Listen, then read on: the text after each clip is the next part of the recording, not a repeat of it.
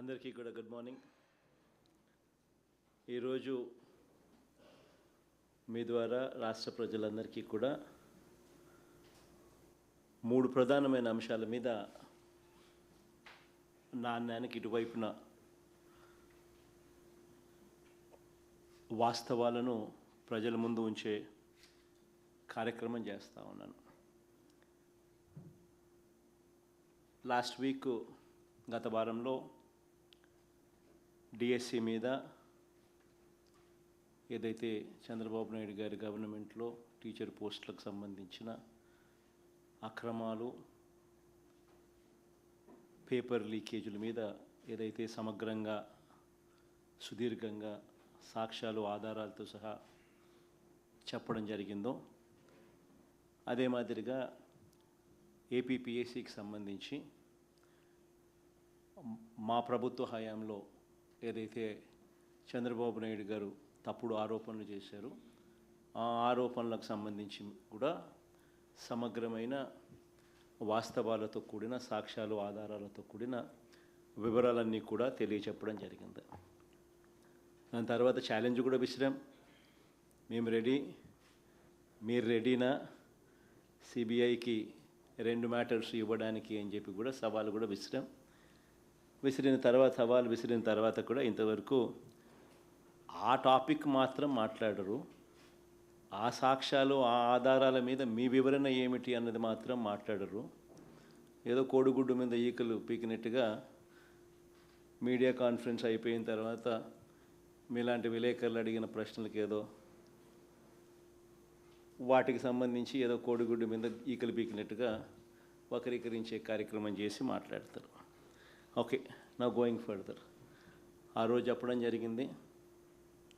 ఈరోజు నెక్స్ట్ వీక్లో రాష్ట్రంలో ఉన్న కరువుకు సంబంధించిన విషయాల మీద, కరువు తీవ్రత, కరువు పరిస్థితి, గవర్నమెంట్ కరువు ఉన్న సమయంలో ఏ రకంగా స్పందించాల్సిన రీతిలో స్పందించకుండా ఉండి రైతులను ఏ రకంగా ఇబ్బంది పెడతా ఉంది అనే అంశం మీద ఒక టాపిక్ అయితే, రెండో టాపిక్ బీసీలకు సంబంధించిన రిజర్వేషన్లకు సంబంధించి చంద్రబాబు నాయుడు గారు చేస్తూ ఉన్న డ్రామా, అసలు బీసీలకు నిజంగా ఎవరి హయాంలో మంచి జరిగింది అన్నది వాస్తవాలతో కూడిన సమగ్రమైన వివరణ.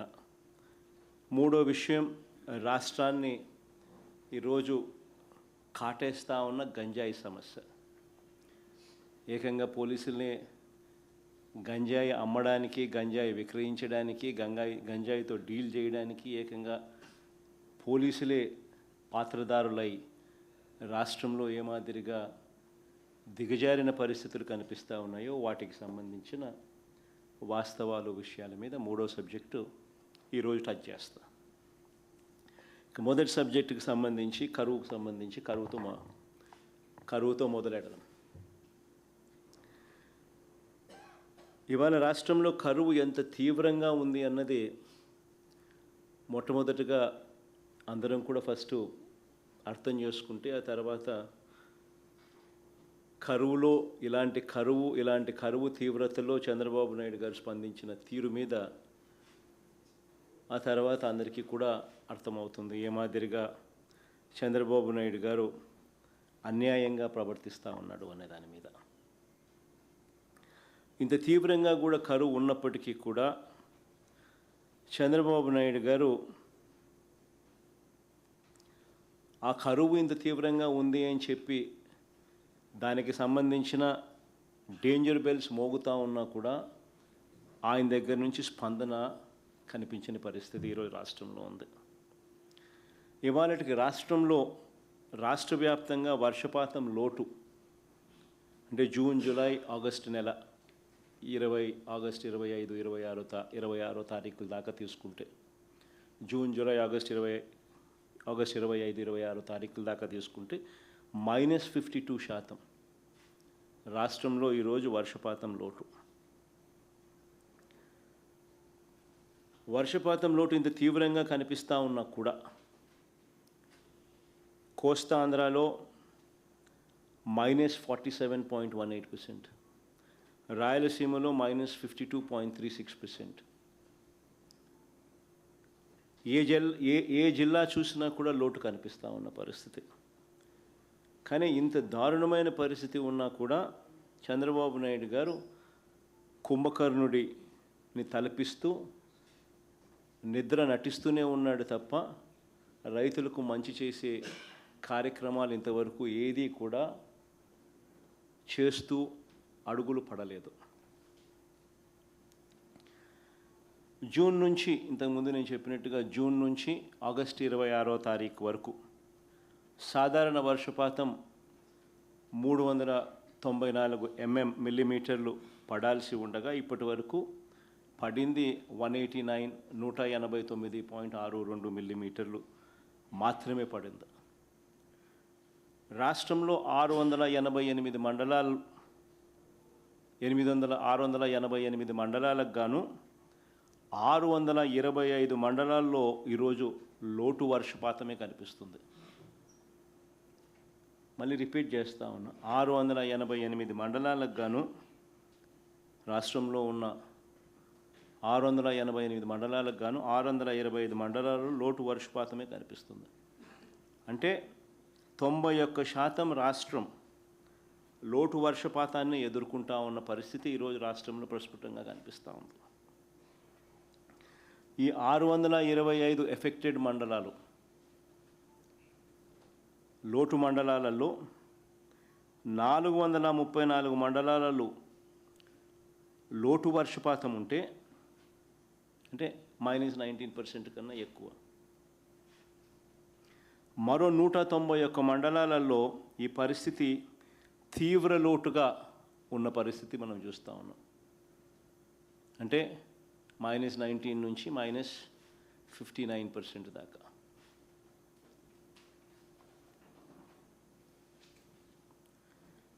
ఇక జిల్లాల పరంగా చూస్తే 28 జిల్లాలకు 28 జిల్లాల్లోనూ 28 జిల్లాలకు 28 జిల్లాల్లోనూ లోటు వర్షపాతమే కనిపిస్తూ ఉంది. అల్లూరి సీతారామరాజు జిల్లా, విశాఖపట్నం జిల్లా, కాకినాడ జిల్లా, కోనసీమ జిల్లా, తూర్పుగోదావరి జిల్లా, పశ్చిమ గోదావరి జిల్లా, అన్నమయ్య జిల్లా, ప్రకాశం జిల్లా, నంద్యాల జిల్లా, చిత్తూరు జిల్లా, వైఎస్ఆర్ కడప, శ్రీ సత్యసాయి జిల్లాలో తీవ్రత ఎక్కువగా ఉంది. ఈ డేటా మొత్తంగా ఒకసారి గమనిస్తే అందరికీ కూడా ప్రస్ఫుటంగా కనిపించేది ఏమిటి అని అంటే, నిత్యం కరువుతో బాధపడే రాయలసీమ జిల్లాలే కాదు, ఇవాళ పరిస్థితి కోస్తాలో కూడా అలాంటి పరిస్థితులే ఈరోజు కనిపిస్తూ ఉన్నాయి.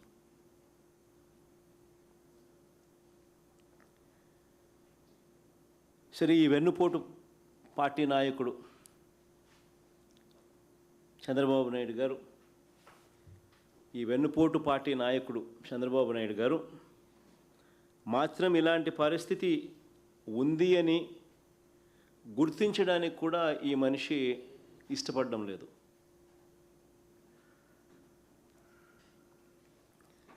రైతులను, ప్రజలను ఆదుకోవడానికి ఏమాత్రం కూడా అడుగులు ముందుకు కూడా వేయడంలా.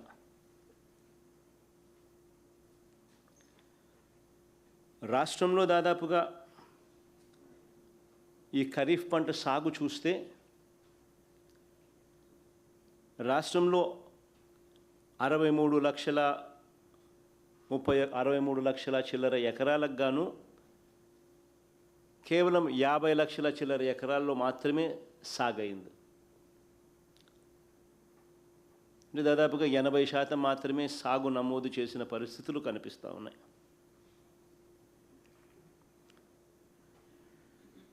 ఖరీఫ్ సీజన్ ప్రారంభమైన తర్వాత ఇక్కడ వెరీ ఇంపార్టెంట్ పాయింట్ అందరూ కూడా గమనించమని కోరుతా ఉన్నాం. ఖరీఫ్ సీజన్ ప్రారంభమైన తర్వాత, అంటే జూన్లో ఖరీఫ్ సీజన్ స్టార్ట్ అవుతుంది. ఖరీఫ్ సీజన్ ప్రారంభమైన తర్వాత కూడా మధ్యలో జూలై 10న అంటే ఖరీఫ్ సీజన్ జూన్లో స్టార్ట్ అవుతుంది.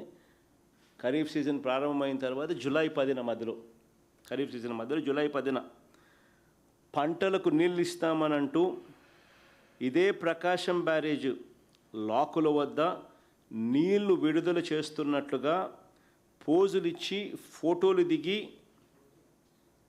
ఈ వెన్నుపోటు పార్టీకి సంబంధించిన ప్రభుత్వంలోని మంత్రులు.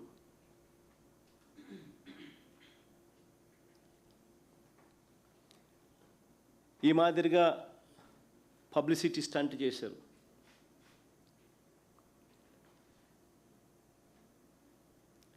వీళ్ళని నమ్మి నీళ్ళు ఇస్తారని కదా ఇక్కడ కృష్ణా డెల్టా రైతులే కాకుండా మిగిలిన చోట్ల రాష్ట్రమంతా కూడా మిగిలిన చోట్ల కూడా రైతులందరూ కూడా పెట్టుబడి పెట్టి అష్టకష్టాలు పడి విత్తనాలు ఎరువులు కొని నార్లు నాటి వ్యవసాయం లేకి వేగంగా అడుగులు ముందుకు వేశారు. ఇవాళ వేసిన నార్లన్నీ కూడా ఎండిపోయిన పరిస్థితి, ఎండుతా ఉన్న పరిస్థితులు. ప్రతి ఎకరాకు రైతుకు కనీసం 15,000 రూపాయలు ప్రతి రైతు కూడా నష్టపోయిన పరిస్థితులు కనిపిస్తూ ఉన్నాయి. ఇక్కడ అందరూ గమనించమని కోరుతా ఉన్నాం. ఎల్నినో ఎఫెక్ట్ ఉందని తెలుసు. ఎల్నినో ఎఫెక్ట్ ఉంది అని తెలుసు. జూన్లో డెఫిసిట్ రెయిన్స్ పడ్డాయి అని తెలుసు. ఎల్నినో ఎఫెక్ట్ ఉంది అని తెలుసు. జూన్లో డెఫిసిట్ రెయిన్స్ పడ్డాయి అని తెలుసు. జూలై 10 నాటికి జూన్లో 25% డెఫిసిట్ అని తెలుసు. జూలై 10 నాటికి జూలై నెలలోనే 66% డెఫిసిట్ అని కూడా తెలుసు. మరి ఇలాంటి పరిస్థితుల్లో వీళ్ళు పోజులిచ్చి అటు చూడు, ఆ మాటలు కూడా వాళ్ళ గజెట్ పేపర్ ఈనాడులో రాసిన మాటలు కూడా వీళ్ళు ఏమన్నారంటే, ప్రతి ఎకరాకు కాలువ చివరి వరకు నీరు ఇవ్వడానికి చంద్రబాబు సంకల్పించాడు అని చెప్పి.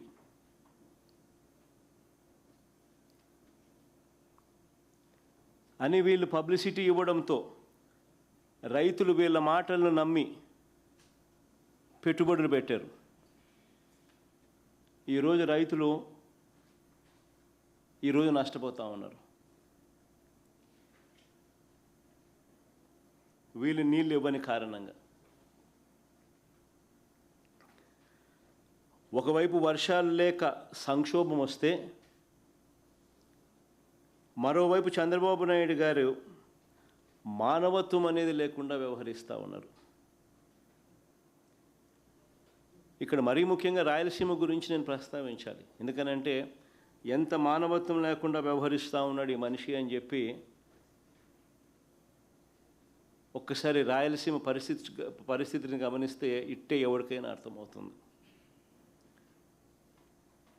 రాయలసీమ ప్రాంతానికి నీళ్ళు ఇచ్చే విషయంలో చంద్రబాబు నాయుడు గారి దుర్మార్గం ఎంత దారుణంగా ఉంది అని అంటే, శ్రీశైలంలో గరిష్ట నీటి మట్టం 885 అడుగులు, ఫుల్ రిజర్వాయర్ లెవెల్. గరిష్ట నీటి మట్టం 885 అడుగులు. ఈ ఆగస్టు 11వ తారీఖున అంటే 2 వారాల కిందటే, ఈ ఆగస్టు 11వ తారీఖుని 879.50 అడుగులు, అంటే 880 అడుగులు, దగ్గర 880 అడుగులు, 879.50 అడుగులు, అంటే ఉజ్జాయింపుగా 880 అడుగులు ఆగస్టు 11వ తారీఖునే నీళ్ళు వచ్చినాయి. అవకాశం ఉన్నా కూడా పోతిరెడ్డిపాడు ద్వారా కిందకు రాయలసీమ ప్రాజెక్టులకు నీళ్లు సరిపడా ఇవ్వడానికి చంద్రబాబు నాయుడుకు మనసు రాలేదు. ఇది చాలా ఇంపార్టెంట్ పాయింట్, క్రిటికల్ పాయింట్. ఎందుకనంటే పోతిరెడ్డిపాడు హెడ్ రెగ్యులేటర్ ద్వారా శ్రీశైలం నుంచి నీళ్లు విడుదల చేయాలి అని అంటే 880 అడుగులు ఉంటే 44,000 ఫుల్ డిశ్చార్జ్ కెపాసిటీతో పోతిరెడ్డిపాడు నుంచి నీళ్లు కిందికి వదలచ్చు. నీటి మట్టం తగ్గే కొద్దీ అంటే 880 అడుగుల నుంచి నీటి మట్టం తగ్గే కొద్దీ పోతిరెడ్డిపాడు ద్వారా నీళ్ళు ఇచ్చే పరిస్థితి తగ్గుతూ పోతుంది. 854 అడుగులకు శ్రీశైలంలో నీళ్లు ఎప్పుడైతే పడిపోతాయో ఆ 854 అడుగులు కిందికి పోతే అసలు నువ్వు ఇవ్వాలనుకున్నా కూడా రాయలసీమ ప్రాజెక్టులకు నీళ్ళు ఇవ్వలేవు. పోతిరెడ్డిపాడు ద్వారా ఇవ్వలేని పరిస్థితి.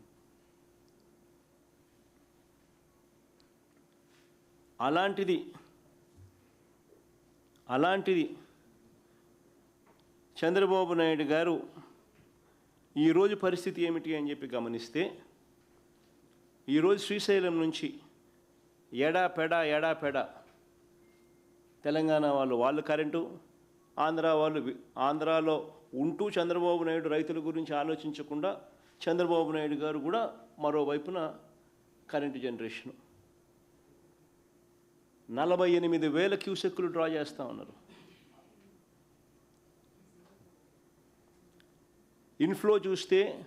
ప్రస్తుతం ఇన్ఫ్లో చూస్తే కేవలం 7,000 క్యూసెక్కులు మాత్రమే ఇన్ఫ్లో ఉంది. మరో వంక ఎల్నినో అంటారు, కరువు అని కనపడతా ఉంది. సెప్టెంబర్ 15 దాకానే వర్షాలు పడతాయి. సో జూన్ అయిపోయింది, జూలై అయిపోయింది, ఆగస్టు కూడా వస్తుంది.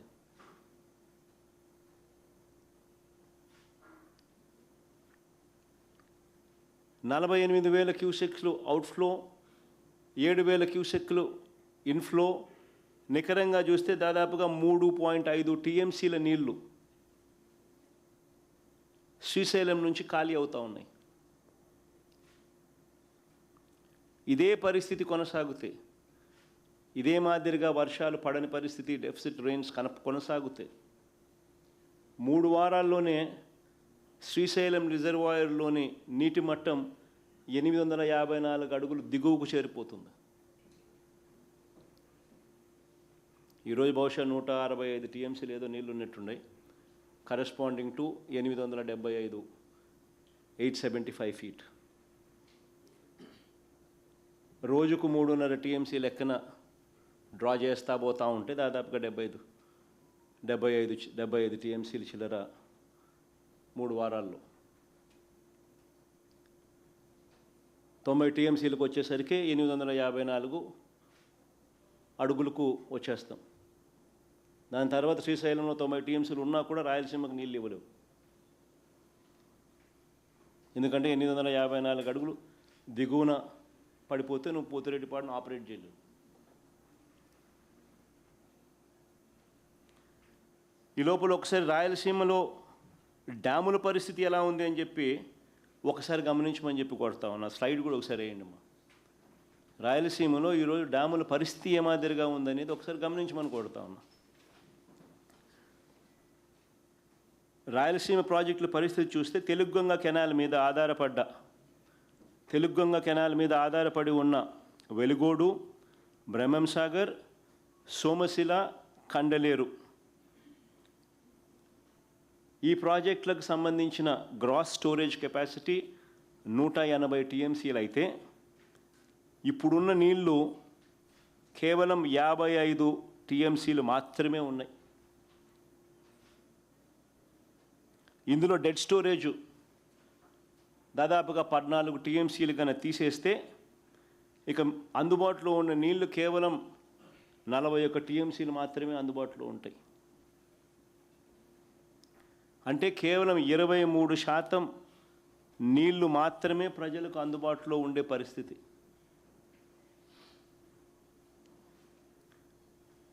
ఇక ఆ తర్వాత కింద ఎస్ఆర్బీసీ జిఎన్ఎస్ఎస్ కింద ఉన్న ప్రాజెక్టులు ఒకసారి గమనిస్తే గోరకల్లు, అవుకు, గండికోట, పైడిపాలెం, వామికొండ, సర్వరాయసాగర్, చిత్రావతి రిజర్వాయర్లు. వీటి టోటల్ స్టోరేజ్ కెపాసిటీ 59 టీఎంసీలు అయితే ఇప్పుడున్న స్టోరేజ్ కెపాసిటీ కేవలం 31 టీఎంసీలు మాత్రమే. డెడ్ స్టోరేజ్ 8 టీఎంసీలు తీసేస్తే మిగిలి ఉన్నది కేవలం 23 టీఎంసీలు మాత్రమే అందుబాటులోకి ఉండే అవకాశం. అంటే కేవలం 39% మాత్రమే నీళ్ళు అందుబాటులో ఉన్న పరిస్థితి. ఇక హెచ్ఎన్ఎస్ఎస్ కింద కొంచెం స్లైడ్ ముందుకు బొమ్మ. ఇక హెచ్ఎన్ఎస్ఎస్ కింద ఉన్న ప్రాజెక్టులు ఒకసారి గమనిస్తే జీడిపల్లి, గొల్లపల్లి, చెర్లోపల్లి, పత్తికొండ, కృష్ణగిరి, అడవిపల్లి వీటికి సంబంధించిన గ్రాస్ స్టోరేజ్ కెపాసిటీ 43 టీఎంసీల ఉంటే ఇప్పుడున్న నిల్వ కేవలం 4 టీఎంసీలు మాత్రమే. కేవలం 4 టీఎంసీలు మాత్రమే. డెడ్ స్టోరేజ్ 1.65 1.65 టీఎంసీలు తీసేస్తే ఇక అందుబాటులో ఉండేది కేవలం 2.5 టీఎంసీలు నీళ్లు మాత్రమే. అంటే రానున్న రోజుల్లో పరిస్థితి మరింత తీవ్రంగా ఉంటుంది. ఎల్నినో ఎఫెక్టు అని కనిపిస్తూ ఉంది. జూన్, జూలై, ఆగస్ట్ అయిపోయింది. ఇంక సెప్టెంబర్ 15 తర్వాత వర్షాలు కూడా తగ్గుముఖమే.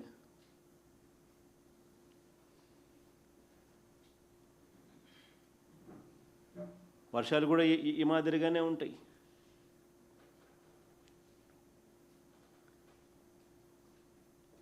మరి శ్రీశైలంలో నుంచి ఎడా నీళ్ళు ఈ మాదిరిగా తోడేస్తా పోతూ ఉంటే 854 అడుగులు కిందికి నీళ్లు పడిపోయిన తర్వాత రాయలసీమకు నీళ్లు ఎలా ఇస్తారు అని అడుగుతా ఉన్నాను నేను. మీరు ఇవ్వాలనుకున్నా ఇవ్వలేని పరిస్థితే కదా అని అడుగుతా ఉన్నా.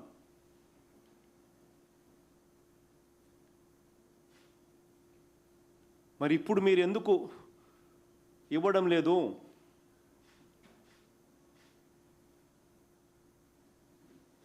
చంద్రబాబు నాయుడు గారిని గట్టిగా నిలదీస్తూ అడుగుతా ఉన్నాం.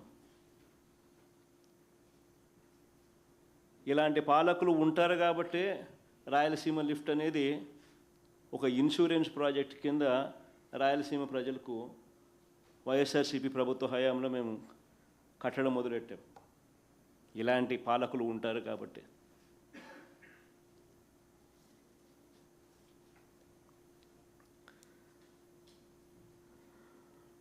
మరోవైపున నాగార్జున సాగర్ చూద్దాం. మరోవైపు నాగార్జున సాగర్ కుడి కాలువ నుంచైనా లేదా కృష్ణా డెల్టా ప్రాంతానికైనా, ప్రకాశం బ్యారేజ్ నుంచి కృష్ణా డెల్టాకి ఆ ప్రాంతానికైనా చంద్రబాబు ఒక్క చుక్క నీరు కూడా ఇవ్వడం లేదు. వాటికైనా చంద్రబాబు నాయుడు ఒక చుక్క కూడా నీటి ఇవ్వడం లేదు. ఎంత దారుణంగా వ్యవహరిస్తూ ఉన్నారంటే, మరో వంక నాగార్జున సాగర్ కింద పులిచింతల ప్రాజెక్టు. ఈ ప్రాజెక్టు టోటల్గా ఆంధ్రప్రదేశ్కు సంబంధించిన ప్రాజెక్టు. ఈ పులిచింతల ప్రాజెక్టులో లెఫ్ట్ రైట్ సెంటర్ ఇల్లీగల్గా లిఫ్టులు పెడుతూ తెలంగాణ ప్రభుత్వం కన్స్ట్రక్షన్ చేస్తూ ఉన్నా కూడా చంద్రబాబు నాయుడు చోద్యం చూస్తూ ఉన్నాడు.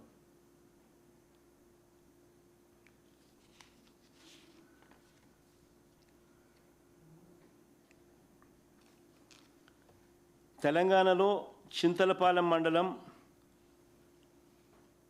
పాత వెలటూరు వద్ద పులిచింతల ప్రాజెక్టు బ్యాక్ వాటర్ నుంచి 8 టీఎంసీలు తరలించడానికి 1450 కోట్లతో చేపట్టిన మహాత్మా గాంధీ ఎత్తిపోతుల పథకం పంప్ హౌస్ నిర్మాణం వేగంగా జరుగుతూ ఉంది. It's an illegal project.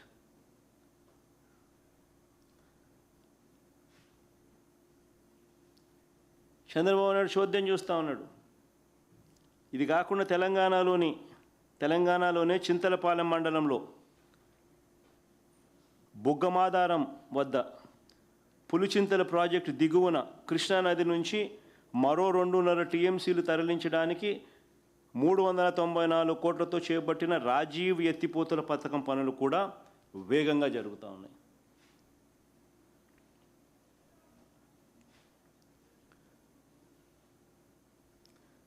Pulichintala project ఉన్న కెపాసిటీ దాదాపుగా 40-45 టీఎంసీలు, ఏకంగా 10-10.5 టీఎంసీల దాకా ఇక్కడే కనపడతా ఉంది. లిఫ్ట్లు పెట్టి ఎత్తే కార్యక్రమం మనకల్లా ఎదుటే కనిపిస్తూ ఉంది. జరుగుతూ ఉన్నాయి పనులు. చంద్రబాబు నాయుడు చూద్దాం చూస్తూ ఉన్నాడు. కనీసం మాటలు లేవు, అడిగింది లేదు.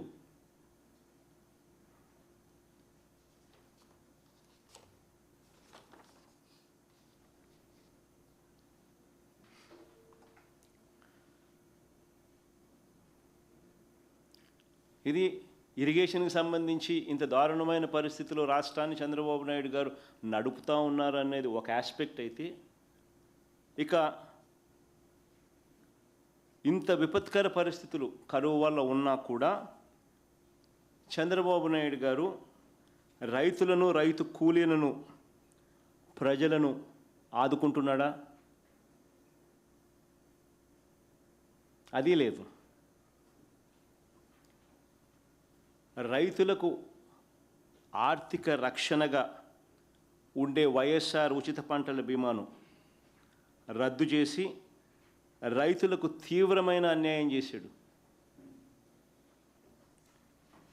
ఇప్పుడు రైతులే ప్రీమియం భారాన్ని కట్టుకోవాల్సిన పరిస్థితి వచ్చింది.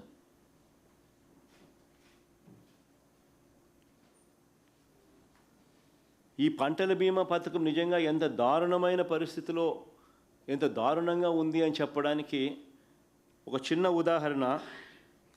కేంద్ర ప్రభుత్వం పార్లమెంటుకు లిఖితపూర్వకంగా ఇచ్చిన రిప్లై, ఒకసారి ఆ లిఖితపూర్వకంగా ఇచ్చిన రిప్లై ఒకసారి మీరు గమనించమని చెప్పి నేను కోరుతా ఉన్నా.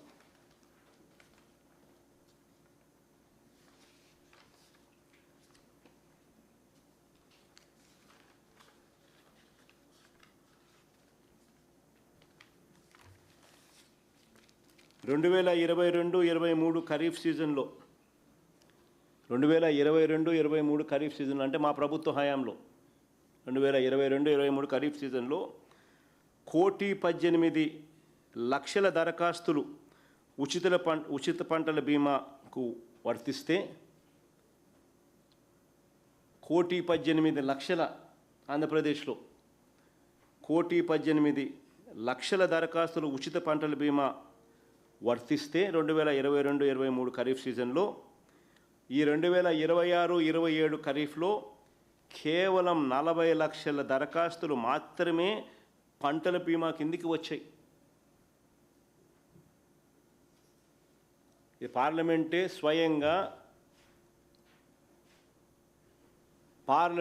స్వయంగా లిఖితపూర్వకంగా ఇచ్చిన జవాబు ఇది. State wise and year wise details of number of farmer applications enrolled, area insured, and claims paid by the implementing insurance companies for Kharif and Rabi crops from 2018-19 to 2022-23 under PM FBY as on 30/11/2023. Government of India reply to Parliament question on PM FBY dated 8/12/2023. పార్లమెంట్కి ఇచ్చిన reply. మరి నేను అడుగుతా ఉన్నా, 1,18,00,000 వాళ్ళు చెప్తా ఉన్న total farmer applications enrolled ఎక్కడ? ఇప్పుడు చంద్రబాబు నాయుడు గారు 2026-27లో కేవలం 40 లక్షలు మాత్రం, అది కూడా ఇన్సూరెన్స్ ప్రీమియం రైతులే కట్టుకుంటే తప్ప. పరిస్థితి ఎక్కడ అంటే 30-35% కూడా ఇన్సూరెన్స్ కవర్లోకి రావడం లేదని చెప్పి తేట తెల్లంగా కనిపిస్తూ ఉన్న రికార్డ్స్ ఇవన్నీ.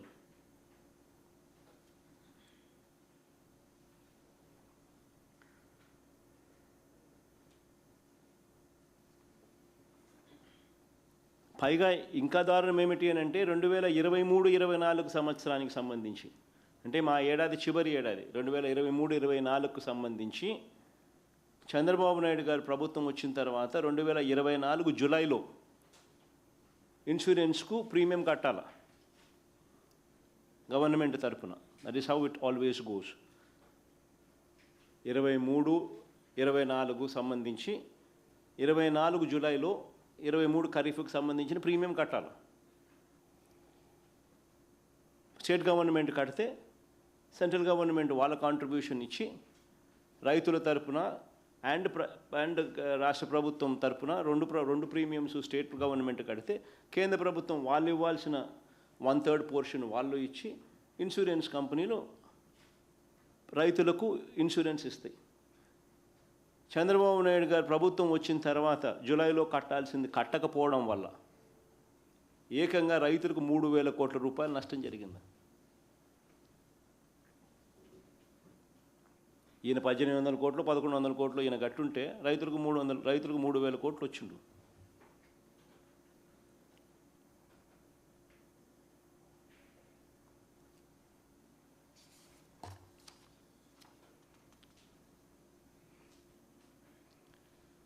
ఇంకా దారుణం, 2025 అక్టోబర్లో మోంతా తుఫాను వస్తే రైతులు దెబ్బతింటే ఇప్పటికీ ఒక పైసా ఇవ్వాల. 2025 అక్టోబర్లో మోంతా తుఫాను వస్తే రైతులకి ఇంతవరకు ఒక పైసా ఇవ్వాల. ఈ రకంగా ఉచిత పంటల బీమా నాశనం చేసినాడు. సీజన్ ముగిసేలోగానే ఇచ్చే ఇన్పుట్ సబ్సిడీని ఇవ్వకుండా ఆ పథకాన్ని నాశనం చేశాడు. ఈ క్రాప్ను నాశనం చేశాడు. రైతు భరోసా కేంద్రాలను నాశనం చేశాడు. అగ్రి ల్యాబ్స్ నిర్వీర్యం చేశాడు. ఈరోజు రాష్ట్రంలో ఏ పంటకు కూడా గిట్టుబాటు ధర లేని పరిస్థితి ఈరోజు తీసుకొచ్చినాడు చంద్రబాబు నాయుడు గారు గవర్నమెంట్లో. మా హయాంలో సీఎం యాప్ అని ఉండేది, continuous monitoring of agricultural price and procurement అని. ప్రతి ఆర్బీకే పరిధిలోనూ పోస్టులు డిస్ప్లే అయ్యేటివి గిట్టుబాటు ధరలు ఇవి అని. ఆ ఆర్బీకే పరిధిలో ఆ గిట్టుబాటు ధరలు రాని పరిస్థితి ఎక్కడైనా ఉంది అని అంటే అగ్రికల్చరల్ అసిస్టెంట్ హూస్ అన్ అగ్రికల్చరల్ గ్రాడ్యుయేట్ వెంటనే ఆ సీఎం యాప్ ద్వారా అలారం మోగిచ్చేవాడు. వెంటనే joint collector who is also given the responsibility of joint managing director Markfed వెంటనే ఇంటర్వ్యూన్ అయ్యేవాడు ఆ ఆర్బీకే పరిధిలోనే. వెంటనే పంటలు కొనుగోలు చేసేవాడు, కాంపిటీషన్ క్రియేట్ చేసేవాడు. ఆ కాంపిటీషన్ క్రియేట్ చేయడం వల్ల రేట్లు పెరిగేటివి. వ్యవస్థను పూర్తిగా నాశనం చేశాడు చంద్రబాబు నాయుడు గారు. మా హయాంలో దాదాపుగా 5 సంవత్సరాలలో ఈ మాదిరిగా ఇంటర్వెన్షన్ వల్ల 7,800 కోట్లు మేము 5 ఏళ్లలో ఖర్చు పెట్టి రైతులను తోడుగా నిలబడ్డాం గిట్టుబాటు ధరలు ఇప్పించే విషయంగా.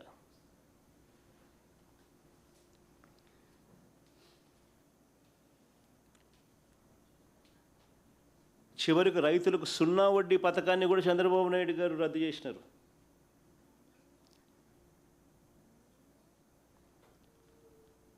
ఇంకా దారుణం ఏంటంటే రైతులకు పెట్టుబడి సహాయం కింద ఎన్నికలప్పుడేనన్న మాట పిఎం కిసాన్ కాక అన్నదాత సుఖీభవ అంటూ పేరు మార్చి ప్రతి సంవత్సరం 20,000 ఇస్తానని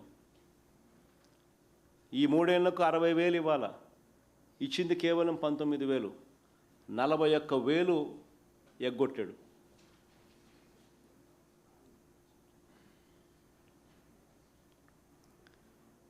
ఇంత తీవ్రమైన పరిస్థితుల నేపథ్యంలో రైతులను, రైతు కూలీలను, ప్రజలను చంద్రబాబు నాయుడు గారు ఆదుకున్నాడా అని అడుగుతా ఉన్నా.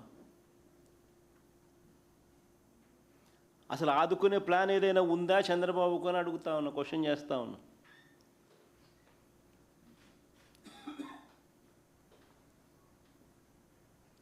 చంద్రబాబు నాయుడు గారు ఎంతసేపు ఉన్నా కూడా మా పైన తప్పుడు ప్రచారాలు చేయడము, అబద్ధాలు చెప్పడము, టాపిక్లు డైవర్ట్ చేయడము, రెడ్ బుక్ను ఉపయోగించడము, వీటి మీద ధ్యాస పెడుతున్నాడే తప్ప కరువు సమయంలో ప్రజలను ఎలా ఆదుకుంటున్నాడో అన్న దాని మీద ధ్యాస లేదు. అన్న వాటి మీద కనీసం ఒక మాట చెప్పడం లేదు. చేసింది అంతకన్నా లేదు.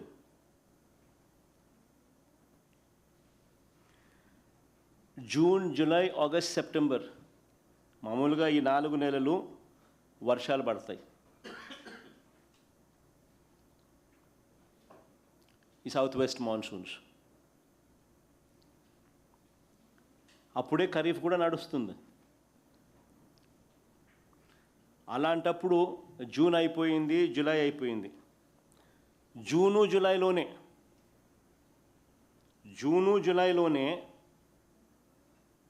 52% వర్షపాతం లోటు కనిపించింది.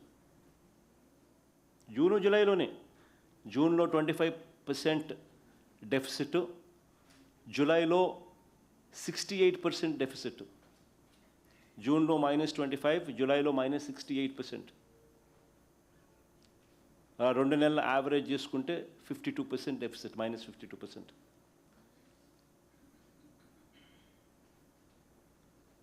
మరి నేను అడుగుతా ఉన్నా, జూను జూలైలోనే, జూలై ముగిసేలోగానే నీకు 52% డెఫిసిట్ కనిపిస్తూ ఉన్నప్పుడు మీ కంటింజెన్సీ ప్లాన్ ఎందుకు కిక్ఇన్ కాలేదు అని అడుగుతున్నా. కంటింజెన్సీ ప్లాన్ కిక్ఇన్ అయిపోయి ఉండాలి కదా, అంత డెఫిసిట్ కనిపిస్తూ ఉన్నప్పుడు. కిక్ఇన్ అయి ఉండాలి, ఆగస్టులో దాని అమలు కూడా అయి ఉండాలి.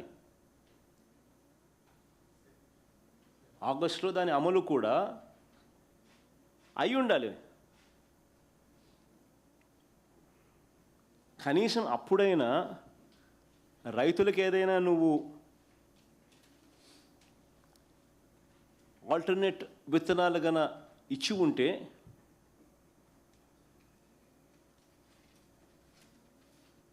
ఆగస్టులో కొద్దో గొప్ప కురిసే వర్షము, సెప్టెంబర్లో కొద్దో గొప్ప పడే వర్షంతో అట్లీస్ట్ ఆ రైతన్న కనీసము ఆల్టర్నేట్ క్రాప్స్తో కనీసం కొద్దో గొప్ప బాగుపడే పరిస్థితి అన్న ఉండేది.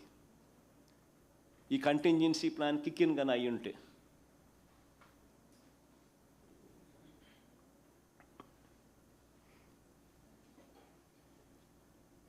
నేను అడుగుతా ఉన్నా, ఎంతమందికి మీరు ఉచిత విత్తనాలు ఇచ్చినారని అడుగుతా ఉన్నా. ఈ ఆల్టర్నేట్ కంటింజెన్సీ ప్లాన్కి సంబంధించి ఎందుకు కిక్ఇన్ కాలేదు, ఎందుకు ఉచిత విత్తనాలు ఎందుకు ఇవ్వలేదు అని అడుగుతా ఉన్నా. ఆల్టర్నేట్ విత్తనాలు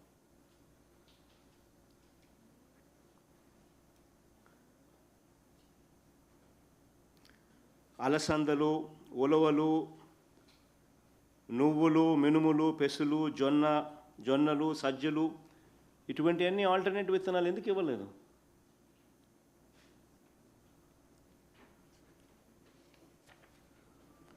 ప్రత్యామ్నాయ విత్తనాలు ఎందుకు పంపిణీ జరగలేదు?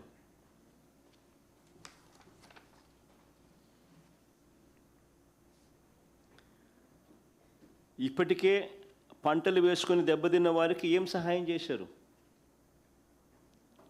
ఇప్పటికే పంటలు వేసుకొని నష్టపోయిన రైతులకు ఏం సహాయం చేసినారు? వర్షపాతం జూలై చివరి నాటికి -52% లోటు ఉంటే, అలాంటి పరిస్థితుల్లో డ్రౌట్ మానిటరింగ్ సెంటర్స్ పూర్తి స్థాయిలో యాక్టివేట్ అయి ఉండాలి. డిస్ట్రిక్ట్ అగ్రికల్చర్ కంటింజెన్సీ ప్లాన్స్ పూర్తిగా యాక్టివేట్ అయి ఉండాలి. క్రైసిస్ మేనేజ్మెంట్ ప్లాన్స్ అమల్లోకి వచ్చి ఉండాలి. ప్రతి జిల్లా డ్రౌట్ కంటింజెన్సీ సెల్ ప్రతి జిల్లాలోనూ ఏర్పాటు అయి ఉండాలి. కంటింజెన్సీ ప్లాన్ ప్రకారం drought resilient short duration seed stock కూడా పంపిణీ కూడా రైతులకు అయి ఉండాలి.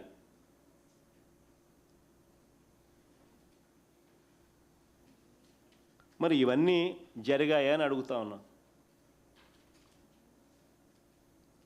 ఇవన్నీ జరిగాయా అని అడుగుతా ఉన్నా.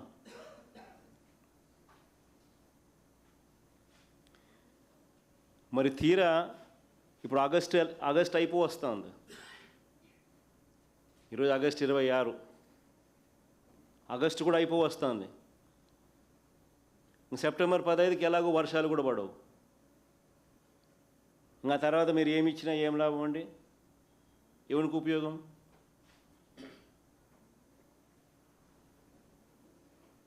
ఇక వర్షాలు ఎలాగో పడేటివి ఉండవు కాబట్టి మీరు ఎవరికి ఏం మేలు చేసినా, ఎవరికి ఏం విత్తనాలు ఇచ్చినా ఎవరికి ఏం లాభం? నిజంగా వ్యవసాయ రంగంపై ఆధారపడి ఉపాధి పొందుతున్న కూలీలకు అదనంగా ఉపాధి హామీ పనులు కల్పించడం ఇప్పటికి స్టార్ట్ అయ్యింది. అలా పేదలకు ఆహార భద్రత కల్పించడం స్టార్ట్ అయ్యింది. అలా జిల్లాల వారీగా ఫాడర్ అవైలబిలిటీ, పశువులకు మేత ఇప్పటికీ చూసుకొని ఉండాలి. సర్ప్లస్ డిస్ట్రిక్ట్స్ ఎక్కడ, సర్ప్లస్ స్టేట్స్ ఎక్కడ, వాటి నుంచి ఫోడర్ తెప్పించడము అవన్నీ అయి ఉండాలి. ఆల్టర్నేట్ అరేంజ్మెంట్స్ ఈ పాటికి. మరి ఇవన్నీ ఎందుకు కాలేదు అని అడుగుతా ఉన్నాం. మరి ముఖ్యమంత్రిగా మనం ఏం చేస్తూ ఉన్నాము అని చెప్పి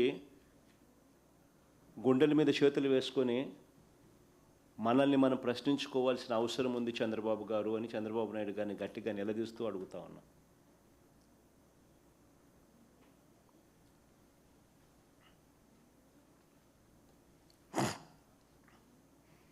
రెండో సబ్జెక్టులోకి పోదాం.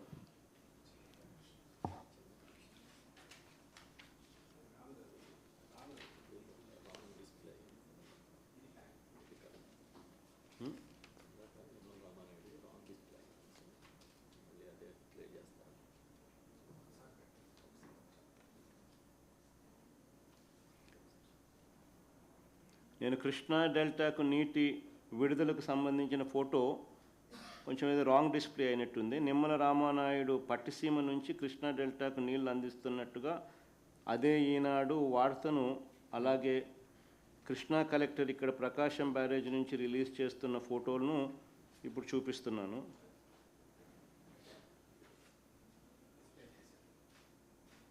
కొంచెం ఈ కరెక్షన్స్ కొంచెం చూసుకోండి.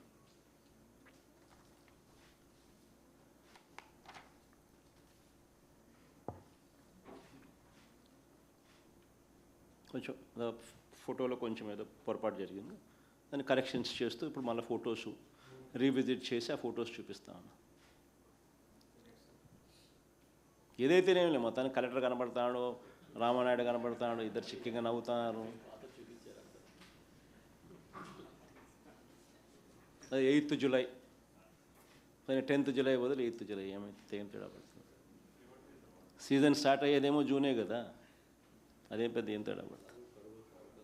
ఓకే, మరి అయినా కానీ మా వాళ్ళు అలర్ట్గా ఉన్నారు, సంతోషం. ఇక రెండో సబ్జెక్టు, స్థానిక సంస్థల్లో బీసీలకు రిజర్వేషన్ల అంశం. నిజంగా 2019లో మేము వచ్చిన తర్వాత జీవో నెంబర్ 176 ఇచ్చి బీసీలకు 34% రిజర్వేషన్లు ఇచ్చి ఎన్నికలకు మేము సిద్ధమయ్యాం.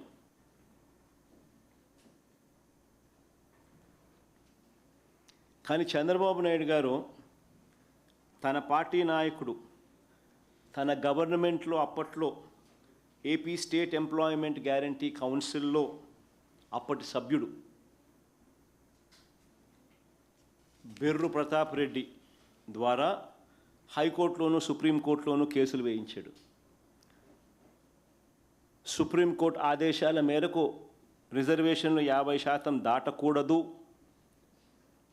అన్న ఆదేశాలతో బీసీలకు 34% కొట్టేస్తున్నామని హైకోర్టు తీర్పిచ్చింది. అప్పట్లో 50% రిజర్వేషన్లు దాటకూడదని హైకోర్టులు, సుప్రీంకోర్టులు తీర్పులు ఉన్నాయని తెలిసి ఇదే ఆంధ్రప్రదేశ్ హైకోర్టు కొట్టేసింది అని తెలిసి, అది కూడా తెలిసి మరోసారి మహాడ్రామా చంద్రబాబు నాయుడు గారు తెరలేపారు. కోర్టుకు పోయేది ఆయనే, కొట్టు వేయించేది ఆయనే, మళ్ళీ దొంగ ఏడుపులు ఏడుస్తూ మీరు కోర్టుకు పోవద్దండి అని చెప్పి మాకు అని చెప్పేది మళ్ళీ ఆయనే. నిజంగా ఆశ్చర్యం అనిపిస్తుంది. అసలు అలాంటి జడ్జిమెంట్లు వచ్చినా కూడా కోర్టు నుంచి ఎంత విప్లవాత్మక మార్పులు మేము తీసుకొచ్చాము. అలాంటి జడ్జిమెంట్ ఉన్నా కూడా ఓపెన్ కేటగిరీస్లో బీసీలను మేము ఏ మాదిరిగా ప్రమోట్ చేసినాము అని చెప్పడానికి కొన్ని ఎగ్జాంపుల్స్ నేను చెప్తున్నా. బీసీల అభ్యున్నతి విషయంలో నిజంగా ఎవరైనా సిన్సియర్గా కృషి చేశారంటే ఒక వైఎస్ఆర్సీపీ పార్టీ అని మాత్రమే ఘనంగా చెప్పగలుగుతాం. రాజకీయంగా, ఆర్థికంగా, సామాజికంగా వాళ్ళ తలరాతల్ని చిత్తశుద్ధితో మార్చాలని ప్రయత్నం ఎప్పుడైనా జరిగిందంటే అది వైఎస్ఆర్సీపీ ప్రభుత్వ హయాంలోనే. కోర్టులు కొట్టేసిన బీసీలకు ఆ మేరకు రాజకీయంగా ప్రోత్సాహం ఇవ్వాలి అని చెప్పి మాకు మేముగానే 34% కాదు, అంతకంటే పెచ్చుగా, అంతకంటే ఎక్కువగా ప్రాతినిధ్యం కల్పించి మా చిత్తశుద్ధిని మేము చాటుకున్నాం. మా క్యాబినెట్లో 25 మంత్రులు ఉంటే అందులో 11 మంది బీసీలు, అంటే 40% మంత్రి పదవులు బీసీలకు ఇచ్చాం. ఎస్సీ, ఎస్టీ, బీసీ, మైనారిటీ, కాపు ఈ 5 మందికి ఈ సామాజిక వర్గాలకు డిప్యూటీ సీఎం పదవులు మేము ఇస్తే ఇందులో 2 డిప్యూటీ సీఎం పదవులు BC and minority, 2 deputy CM పదవులు బీసీలకే ఇచ్చాం.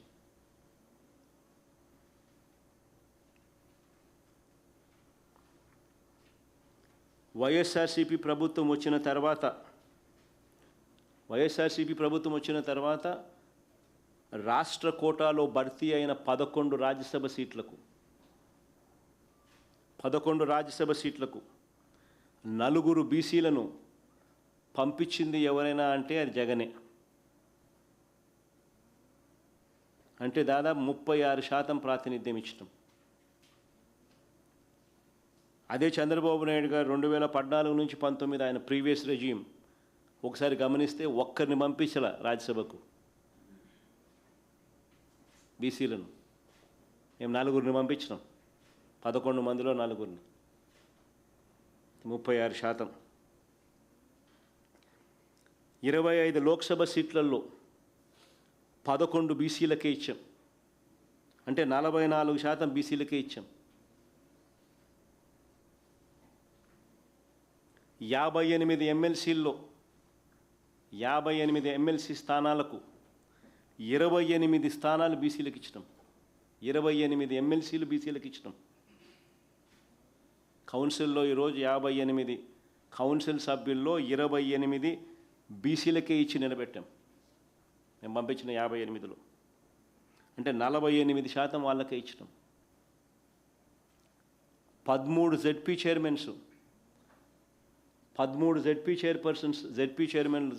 చైర్పర్సన్ పదవులు ఉంటే 6 అంటే 46% బీసీలకు ఇచ్చినాం. 13 మేయర్ పదవులు ఉంటే అందులో 9 అంటే 69% బీసీలకే ఇచ్చినాం.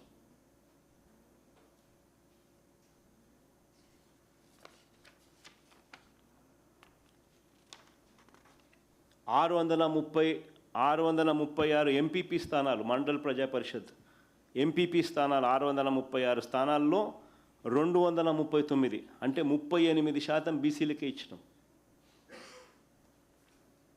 మున్సిపల్ చైర్పర్సన్ పదవులు 84లో 44 అంటే 53% బీసీలకే ఇచ్చినాం. 639 జెడ్పీ స్థానాల్లో 227 అంటే 36% బీసీలకే ఇచ్చినాం. 8239 ఎంపీటీసీ స్థానాలకు 3361 అంటే 41% మంది బీసీలకే ఇచ్చినాం.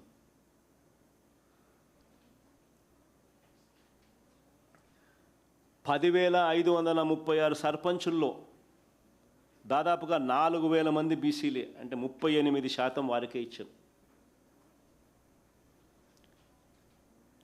ఏఎంసీ చైర్మన్ పదవులు, agriculture market committee AMC chairman పదవులు 196లో 76, అంటే 39% బీసీలకే ఇచ్చినాం. ప్రభుత్వ కార్పొరేషన్ చైర్మన్ పదవులు 137లో 53 బీసీలకే ఇచ్చాం, అంటే 37% బీసీలకే ఇచ్చినాం.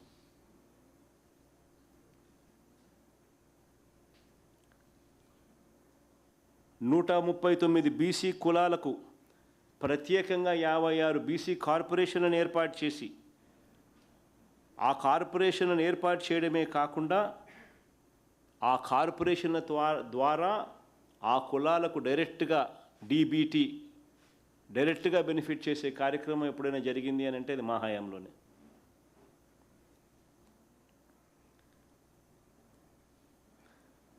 చట్టం చేసి మరి నామినేటెడ్ పదవుల్లో 50%, నామినేటెడ్ పనులు కాంట్రాక్టుల్లో 50%, నామినేటెడ్ పదవుల్లో 50%, నామినేటెడ్ పనులు కాంట్రాక్టుల్లో 50% చట్టం చేసి మరి ఎస్సీ, ఎస్టీ, బీసీ మైనారిటీలకు ఇవ్వడం జరిగింది అని అంటే ఇది ఒక వైఎస్ఆర్సీపీ ప్రభుత్వ హయాంలోనే. చట్టం చేసి మరి ఇందులో మహిళలు 50%, ఇది కూడా ఒక విప్లవం. మహిళలకు 50% వాటా చట్టం చేసి మరి తీసుకొచ్చింది కూడా దేశంలో తొలిసారి వైఎస్ఆర్సీపీ ప్రభుత్వ హయాంలో.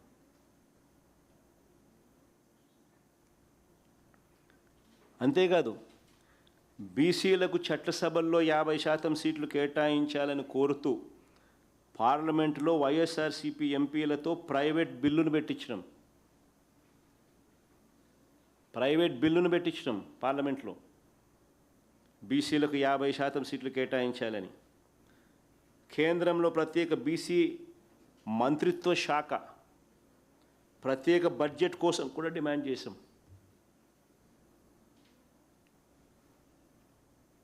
అలాగే బీసీ కులగణన కోసం అసెంబ్లీలో తీర్మానం చేసి కేంద్రానికి కూడా పంపాం. ఇది ఆన్ రికార్డ్. వివిధ డీబీటీ పథకాల ద్వారా బీసీల ఖాతాల్లోకి నేరుగా 1,30,000 కోట్లు పంపించాం బటన్ నొక్కడం ద్వారా. నాన్ డీబీటీతో కలిపితే 1,82,000 కోట్లు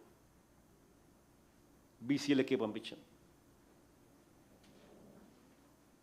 అమ్మఒడి, విద్యా దీవెన, వసతి దీవెన, రైతు భరోసా, పెన్షన్ కానుక, చేయూత, ఆసరా, సున్నా వడ్డీ, నేతన్న నేస్తం, మత్స్యకార భరోసా, వాహనమిత్ర, చేదోడు, తోడు, కళ్యాణమస్తు, షాదీ తోఫా వంటి పథకాలు ద్వారా బీసీ కుటుంబాలకు ఎప్పుడూ జరగని మంచి చేశాం. కానీ ఇప్పుడు చంద్రబాబు నాయుడు గారు బీసీల బతుకుల్ని బొగ్గిపాలు చేస్తూ ఉన్నాడు. నిజంగా ఒకసారి ఏదైతే నేను చెప్పినానో ఇవన్నీ కూడా వాస్తవంగా జరిగినటివి, ఇవన్నీ ఆన్ రికార్డ్. ఇవన్నీ ఈరోజు నేను చెప్తా ఉంటే మీరు వింటూ ఉంటే నిజంగా ఎంటికలు లేచి నిలబడేంత పరిస్థితి. ఎవరైనా బీసీలుగా ఉన్నోళ్ళు నిజంగా దీని కన్నా వినే పరిస్థితిలో వింటూ ఉంటే, ఎందుకంటే ఎప్పుడు జరగలా, ఎవడు చేయలా. జరిగింది ఒక వైఎస్ఆర్సీపీ ప్రభుత్వ హయాంలో, జగన్ హయాంలో మాత్రమే జరిగింది. కానీ ఇప్పుడు చంద్రబాబు బీసీల బతుకులను ఏం చేస్తూ ఉన్నాడు? బొగ్గిపాలు చేస్తూ ఉన్నాడు. మేము చెప్పిన మా ప్రభుత్వ హయాంలో ఉన్న ఈ పథకాలన్నీ ఈరోజు ఏమైనాయి? అన్నీ రద్దయిపోయినాయి. పైగా ఈయన చేస్తానన్న సూపర్ 6లు, సూపర్ 7లు, బాండ్లు ఇచ్చి మేనిఫెస్టోలో చెప్పి ఏమైనాయి? అన్ని డస్ట్బిన్లో వేసేసినాడు. అన్నీ మోసాలే. పైగా రాజకీయంగా బీసీలను రాజకీయంగా ఎవరైనా ఎదుగుతూ ఉన్నారు అని అంటే వారిని ఓర్చుకోలేక వారి మీద అక్రమ కేసులు పెట్టి జైల్లో పెట్టే కార్యక్రమం చేస్తూ ఉన్నాడు ఈరోజు. ఎగ్జాంపుల్స్ కూడా చెప్తా ఉన్నాను. యాక్సిడెంట్ కేసును హత్యాయత్నం కేసుగా మార్చి అది బైక్ యాక్సిడెంట్, కార్ యాక్సిడెంట్ కూడా కాదు, బైక్ యాక్సిడెంట్. 18 ఏళ్ళ పిల్లాడు తన కొడుకు, ఒక బైక్ యాక్సిడెంట్ హత్యాయత్నము కేసు కింద దాన్ని మార్చి కుట్ర కోణం దానికి యాడ్ చేసి మాజీ మంత్రి మత్స్యకార సామాజిక వర్గానికి చెందిన సిదిరి అప్పలరాజును జైల్లో పెట్టించినాడు. ఒక మహిళా ఎస్ఐని అడ్డుపెట్టుకొని జరగని దాన్ని జరిగినట్టుగా చూపించి ఆ అప్పలరాజును చూడడానికి నేను వెళ్ళినప్పుడు వచ్చిన లక్షలాది మంది ప్రజల్లో అంతమంది సమక్షంలో మా బీసీ అభ్యర్థి ఆముదాల వలస కోఆర్డినేటర్ చింతాడ రవి ఆమెను చంపడానికి ప్రయత్నం చేసినాడంట అనే దాని మీద కేసు. ఆ కేసు మీద ఆయన జైల్లో పెట్టినారు. ఏమన్నా అసలు ఆలోచన చేయమని అడుగుతా ఉన్నా.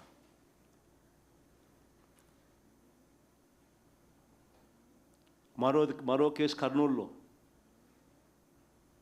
టీడీపీ కార్యకర్తలే దాడులు చేస్తే పైగా తప్పుదోవ పట్టించడానికి అదే టీడీపీ కార్యకర్త చేత ఏకంగా ఆయన భార్య దుస్తులను చింపేయించి అది చేసింది మా ఎమ్మెల్యే అనుచరులే అని చెప్పి ఆలూరు ఎమ్మెల్యే బోయ సామాజిక వర్గానికి చెందిన విరూపాక్షపై కేసు పెట్టి జైల్లో పెట్టారు. ఒక కార్యకర్త, ఆ కార్యకర్త బీసీని ఫోన్ చేసి ఫోన్లో వీడియో పంపించి ఎమ్మెల్యేకి, అన్న నన్ను అటాక్ చేస్తూ ఉన్నారు, నా ఇంటి మీద పడతా ఉన్నారు అని చెప్పి ఆవేదనతో పెడితే పోలీసులకు మా ఎమ్మెల్యే ఫోన్ చేస్తే పలికేటోడు లేడు. మళ్ళీ ఒక అర్ధగంట తర్వాత ఆ కార్యకర్త మళ్ళీ ఫోన్ చేసి అన్న పరిస్థితి విషమిస్తూ ఉందన్న అని చెప్పంటే ఎమ్మెల్యేనే పోయినాడు పాపం. ఆ కార్యకర్తను కాపాడుకునే దానికోసం ఆ కార్యకర్తని ఎక్కించుకొని కారులోకి ఎక్కించుకొని వచ్చేటప్పుడు దారిలో ఇంకో పక్క ఊరిలో ఎమ్మెల్యే మీద అటాక్. ఎమ్మెల్యే తమ్ముని చెయ్యి ఇరగొడతారు. ఇరగొట్టి అక్కడ వాళ్ళు ఒకరు ఆయన భార్య దుస్తులను ఆయనే చంపుతాడు. అది వీడియోలో కూడా కనపడతాను, సోషల్ మీడియాలో వైరల్ అవుతాను. వాళ్ళ బట్టలు, ఆయన భార్య బట్టలను ఆయనే చింపడం. అది మా ఎమ్మెల్యే అనుచరులు చింపినారని చెప్పి కేసు పెట్టి ఎస్సీ ఎస్టీ కేసు పెట్టడం. ఎమ్మెల్యే పోలీస్ స్టేషన్ దగ్గరికి వెళ్ళి కేసు పెట్టే కార్యక్రమం ప్రయత్నం చేస్తే ఆ మనిషిని తీసుకొని పోయి, ఎమ్మెల్యే తమ్ముని తీసుకొని పోయి ఆ మనిషిని ప్రజెంట్ చేసి, అటాక్ కాబడ్డ మనిషిని ప్రజెంట్ చేసి, ఎమ్మెల్యే తమ్ముడు చెయ్యిరిగిపోయిన ఎమ్మెల్యే తమ్ముని ప్రజెంట్ చేసి కేసు పెట్టమంటే కేసు పెట్టేటోడు లేడు. మళ్ళీ అదే ఎమ్మెల్యే రాత్రి ఇంటి దగ్గరికి వెళ్ళి పడుకుంటే తెల్లవారుజామున అదే ఎమ్మెల్యే ఇంటి మీదకి 100 మంది పోలీసులతో వచ్చి దాడి చేసి ఎమ్మెల్యేని అరెస్ట్ చేస్తారు. తప్పుడు కేసులు, అక్రమ కేసులు.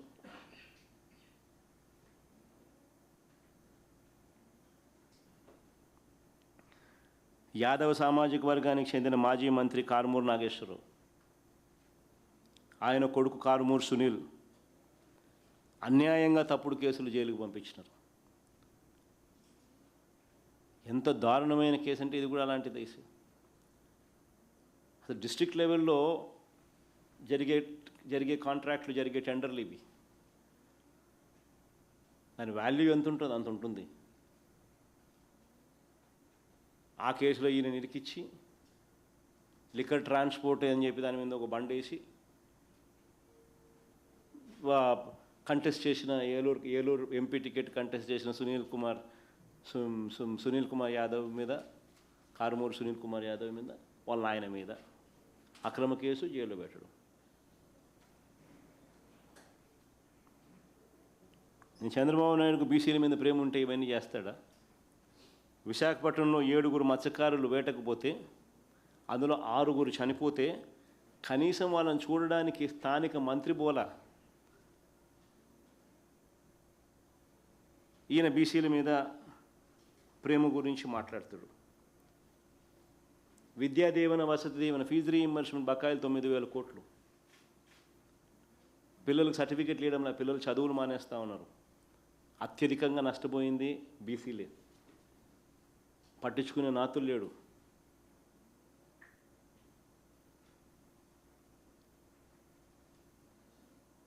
పైగా మా ప్రభుత్వంలో ఉన్న పథకాలన్నీ రద్దు. ఆయన చేస్తానన్న సూపర్ 6, సూపర్ 7లు మోసాలు. ఇచ్చిన బాండ్లు చెత్తబుట్లో పడేసినాడు మేనిఫెస్టోతో కలిపి. ఈయన బీసీల మీద ప్రేమ అంటాడు. ప్రతి ఒక్కరూ ఆలోచన చేయాలి.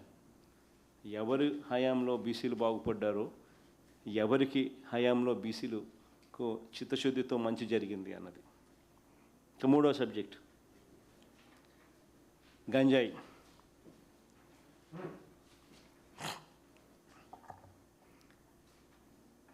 ఒకవైపేమో ఇలా తప్పుడు కేసులు పెడతా ఉన్నారు, రాజకీయంగా వేధింపులకు పాల్పడుతూ ఉన్నారు. ఒకవైపున ఇవన్నీ జరుగుతూ ఉన్నాయి. మరోవైపు చంద్రబాబు నాయుడు గారి పాలన రాష్ట్రంలో ఎలా ఉంది అని చెప్పి ఒక్కసారి గమనించినట్లయితే ఈరోజు రాష్ట్రంలో కనిపిస్తూ ఉన్నది ఏమిటి అని అంటే మట్టి మాఫియా, శాండ్ మాఫియా, సిలికా, క్వాడ్సు, లాటరైటు అన్నీ మాఫియాని, లిక్కర్ మాఫియా, అధిక రేట్లకు పీపీఏలు, ప్రభుత్వ ఆస్తులను పప్పు బెల్లాలకు, వీళ్ళకి నచ్చిన వాళ్లకు, వీళ్ళ బంధువులకు కట్టబెట్టడం, అధిక రేట్లకు మామూలు రేట్లు కూడా కాదు, ఎస్ఎఫ్టీకి 22,000 దాటింది. రాజధాని ప్రాంతంలో అమరావతి పేరు చెప్పి బిల్డింగుల పేర్లు చేస్తూ ఉన్న స్కాములు, పోర్టులు చెనిక్కాయలకు బెల్లాలకు అమ్మే కార్యక్రమాలు, ఫిషింగ్ హార్బర్లు చెనిక్కాయలకు బఠానీలకు అమ్మే కార్యక్రమం, మెడికల్ కాలేజీలు చెనిక్కాయలకు బఠానీలకు అమ్మే కార్యక్రమం, విలువైన భూమి ఎక్కడ కనపడినా కానీ విశాఖపట్నంలో యా భూమి నిలబడి ఉండడంలా అన్ని శనిక్కాయలకు బఠానీలకు వీళ్ళకి కావాల్సిన వాళ్ళకి ఇచ్చేయడమే. స్కాములు చేస్తాం. ఇవన్నీ కాక డ్రగ్సు, గంజాయి, బెల్ట్ షాపుల పేరిట లిక్కరు, అది కల్తీ లిక్కరు ప్రతి ఊరికి వ్యాపించినాయి, ప్రతి వీధికి వ్యాపించినాయి.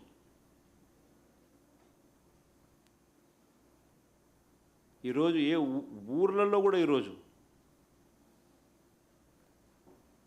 ఆ స్థాయికి తీసుకుపోయినాడు చంద్రబాబు నాయుడు గారు. ఇది మాత్రమే ఈరోజు రాష్ట్రంలో జరుగుతూ ఉన్న పాలన. మన ప్రకాశం జిల్లాలో అద్దంకి నియోజకవర్గంలో జరిగిన ఘటన నిజంగా అసలు లా అండ్ ఆర్డర్ రాష్ట్రంలో ఎలా ఉంది అని చెప్పడానికి ఇది ఒక ఎగ్జాంపుల్, ఉదాహరణ. ప్రజలకు రక్షణ కల్పించాల్సిన పోలీసులే పోలీసు వ్యవస్థతోనే అక్రమాలను అడ్డుకోవాల్సిన యంత్రాంగంతోనే దగ్గరుండి వాళ్ళను కూడా వాటాదారులుగా చేస్తూ డ్రగ్స్, గంజాయి ఈ స్టేజ్కి తీసుకొని పోతే ఇక ప్రజలు ఎవరికి ఫిర్యాదు చేయాలి? ఇక ఎవరిని ప్రజలు నమ్మాలి?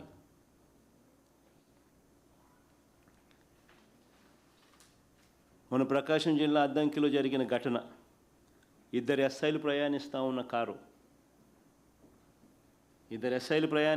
కారు తాజా సమాచారం ప్రకారం అయితే మత్తుతో కారు నడుపుతా ఉన్నది కూడా ఇంకో ఎస్ఐ అట. ఇది మాకు తాజాగా సమాచారం ప్రకారం తెలిసింది.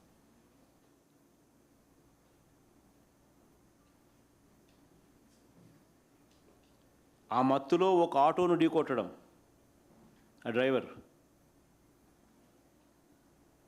యాక్సిడెంట్ అయిన తర్వాత ఆ కారును ప్రజలు చుట్టుముట్టడం, ఆ కారులో డ్రైవర్తో సహా ఉన్న ఇద్దరు ఎస్ఐలు కూడా మత్తులో ఉన్న పరిస్థితులు వాళ్ళు చూడడం, ప్రజలు చూడడం, వెనకాల సీట్లో డిక్కీలో చూస్తే గంజాయి, లిక్కరు, పోలీస్ యూనిఫామ్ దొరకడం. ఈ విజువల్స్ చూసి నిజంగా ప్రజలంతా కూడా ఆశ్చర్యానికి గురయ్యారు, షాక్కు గురయ్యారు. ఆశ్చర్యం కూడా కాదు, షాక్కు గురయ్యారు. మనం నిజంగానే ఏపీలో ఉన్నామా లేదా కొలంబియాలో ఉన్నామా అని చెప్పి అందరికీ కూడా డౌట్లు వచ్చినాయి. రాష్ట్రంలో నిజంగా పరిస్థితులు చూసి ప్రతి ఒక్కరూ కూడా ఆందోళన చెందారు. ఆశ్చర్యం ఏమిటంటే గ్రామస్తులు ఆ జరిగిన ఘటనను వీడియోలు తీస్తూ ఉంటే అక్కడికి సిఐ వచ్చి ఆ వీడియో తీస్తూ ఉన్న గ్రామస్తులను బెదిరించడం, వీడియో తీస్తే జైల్లో పెడతారని. ఒకసారి ప్లే చేయమ్మా, అది ఒకసారి జరిగిన ఇన్సిడెంటు ఫోటో.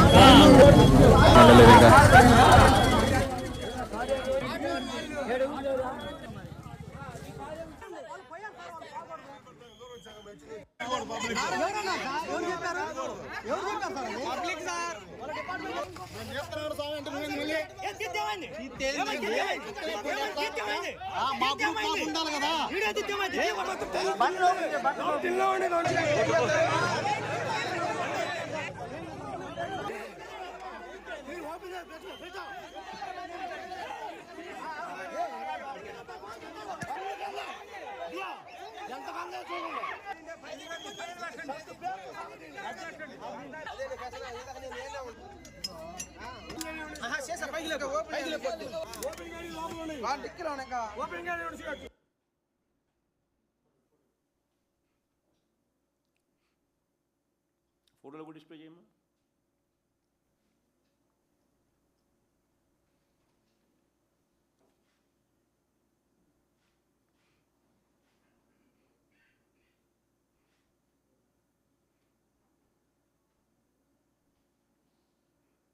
ఇద్దరు ఎస్ఐలు, బల్లికురువ ఎస్ఐ నాగరాజు, సంతమాగలూరు ఎస్ఐ నాగమల్లేశ్వరరావు.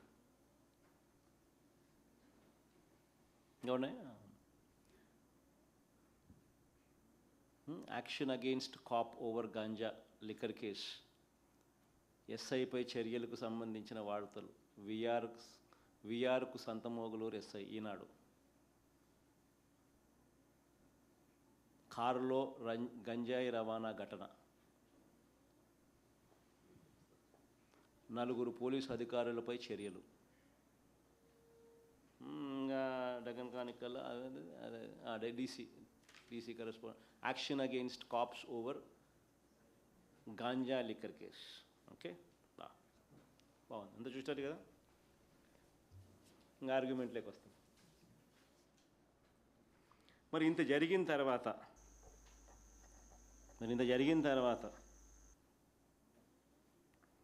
దీన్ని కవరప్ ఏ మాదిరిగా చేస్తూ ఉన్నారో ఒకసారి గమనించండి.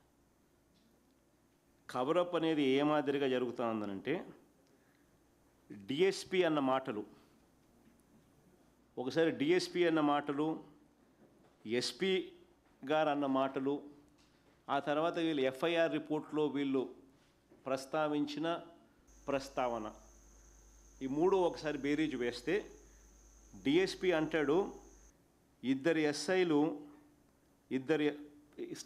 స్టార్టింగ్ రిమార్క్సే నేను చెప్తున్నా. డిఎస్పి గారు అంటారు, ఇద్దరు ఎస్ఐలు కారులో వెళ్తూ ఉంటే రోడ్డు పక్కన అనుమానాస్పదంగా వ్యక్తి కనిపిస్తే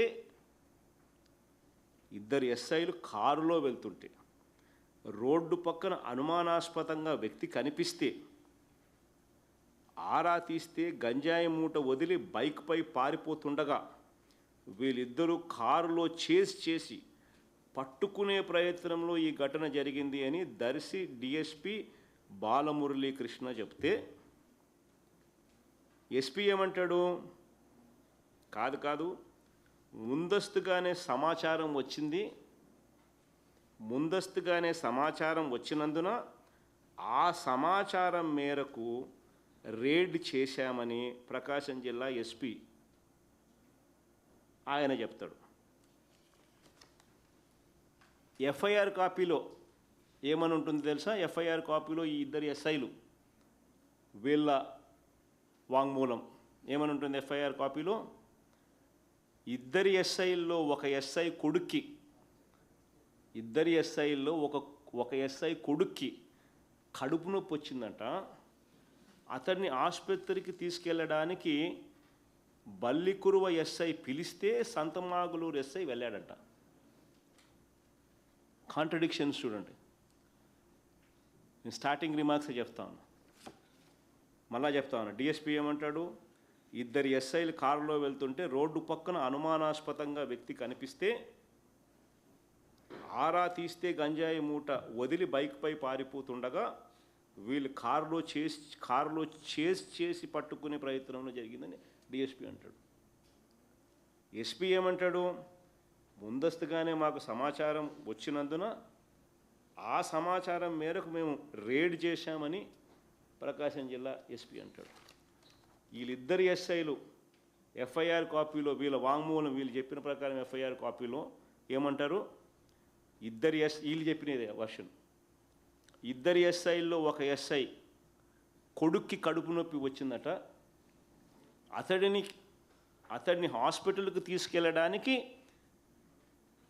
బలికరువ ఎస్ఐ పిలిస్తే Santhamaguluru SI వెళ్ళాడట. 3 versions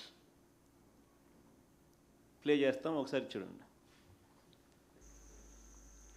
DSP first కానీ సంతమాగులూరు ఎస్ఐ గారు బలికరువ ఎస్ఐ గారు వస్తూ ఉన్నారండి. సుమారు 5 గంటలకి ధర్మవరం దాటాడు. ధర్మవరం దాటిన తర్వాత వచ్చిందంటే ఒక వ్యక్తి రోడ్డు పక్కన టూవీలర్ పెట్టుకొని ఉన్నాడు. టూవీలర్ పెట్టుకొని పోలీసు మామూలు ప్రైవేట్ విషయాలు ఉన్నారు కదా, వీళ్ళు చూసి గమక్కలంటే ఏదో మోటో వేసేసి టూవీలర్ వెళ్ళిపోతారు.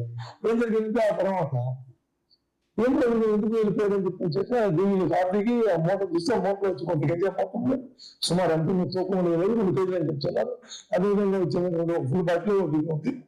ఈ 2 ఉన్నాయి. రెండింటిని కార్లో వేసుకొని ముందు అదరాబాద్ ముందు పైగా చేశారు. ఈ పోయే క్రమంలో ఏం జరిగిందంటే కొంత దూరం మోటార్ వచ్చింది, స్పీడ్ వెళ్ళిపోతాడు. కారు కూడా స్పీడ్ పెంచారు. పెంచినప్పుడు ఎదురుగా ఒక పక్కన ఏంటంటే ఒక మోటార్ బైక్ వచ్చింది. దాన్ని తప్పించిపోయి ఏం చేశారు, వీళ్ళు ముందు కూడా ఆటో వెనక్కిచ్చారు. బండిలో గాంజా ఉంది, ప్రైవేట్ వెహికల్ లో వస్తున్నారంటే అవును అందరికి తెలిసిన విషయం. వాళ్ళు ఆయన టెంపుల్ నుంచి వస్తున్నారు, వాళ్ళు టెంపుల్ వెళ్ళారు, టెంపుల్ నుంచి వస్తున్నారు. వచ్చిన క్రమంలో మా ఇన్ఫర్మేషన్ దానికి సంబంధించి గాంజా ఒక కేసుకు సంబంధించిన గాంజా మా వాళ్ళు సీజ్ చేశారు. గాంజా సీజ్ చేసిన గాంజా వెహికల్ లో ఉంది. లిక్కర్ బాటిల్ కూడా సీజ్ చేశారు, లిక్కర్ బాటిల్ కూడా వెహికల్ లో ఉంది. అయితే అది కూడా ఏంటంటే అనుకోని పరిస్థితి, ఒక అతను బైక్ నుంచి ఆపోజిట్ వెహికల్ రావడం, ఈవెన్ ఆటో కూడా ఆపోజిట్ వెహికల్ లో రావడం వల్ల ఇది తప్పించిపోయి దానికి అయింది అంటే అది కూడా వేరే విషయంగా కాదు. 108 కూడా ఎస్ఐనే కాల్ చేశారు. అండ్ వాళ్ళకి తెలిసిన వ్యక్తులు కూడా ఇక్కడ యాక్సిడెంట్ అయిందని చెప్పి వాళ్ళు తెలిసిన వ్యక్తులకు చెప్పి వెహికల్స్ కూడా తెప్పించారు. 108 వచ్చేంత వరకు చేసేంత వరకు కూడా ఎస్ఐలు అక్కడే ఉన్నారు. అండ్ ఇక్కడ స్టేషన్ నుంచి కూడా ఎస్ఐ అక్కడ వెళ్ళిన తర్వాత ఈ ముగ్గురు కలిసి ఆ క్షతగాత్రులు ఎవరికైతే ఇంజూర్డ్ ఉన్నారో వాళ్ళందరినీ కూడా అంబులెన్స్ ఎక్కించడం జరిగింది. అంబులెన్స్ లో ఎక్కించి 108 లో హాస్పిటల్ పంపించడం జరిగింది. ఇద్దరు మాట విన్నారు కదా. ఎఫ్ఐఆర్ కాపీ కూడా చదువు.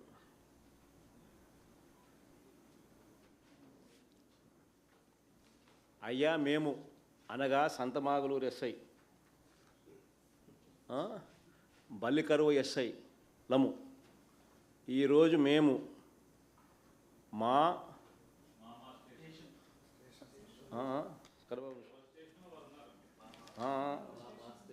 దో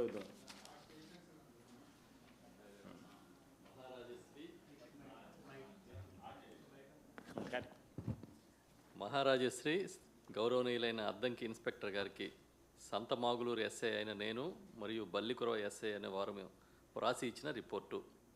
అయ్యా, మేము అనగా సంతమాగులూరు ఎస్ఐ బల్లికురవ ఎస్ఐలము ఈరోజు మేము మా స్టేషన్స్ నందు ఉన్నాము. ఈరోజు సాయంత్రం సుమారు 4 గంటలకు బల్లికురవ ఎస్ఐ గారు వారి కుమారుడికి కడుపు నొప్పి ఉన్నదని అద్దంకి హాస్పిటల్లో తీసుకుని వెళ్ళాలని బల్లికురవ ఎస్ఐ గారు నాకు ఫోన్ చేసి పిలువగా నేను బల్లికురవ వెళ్ళినాను.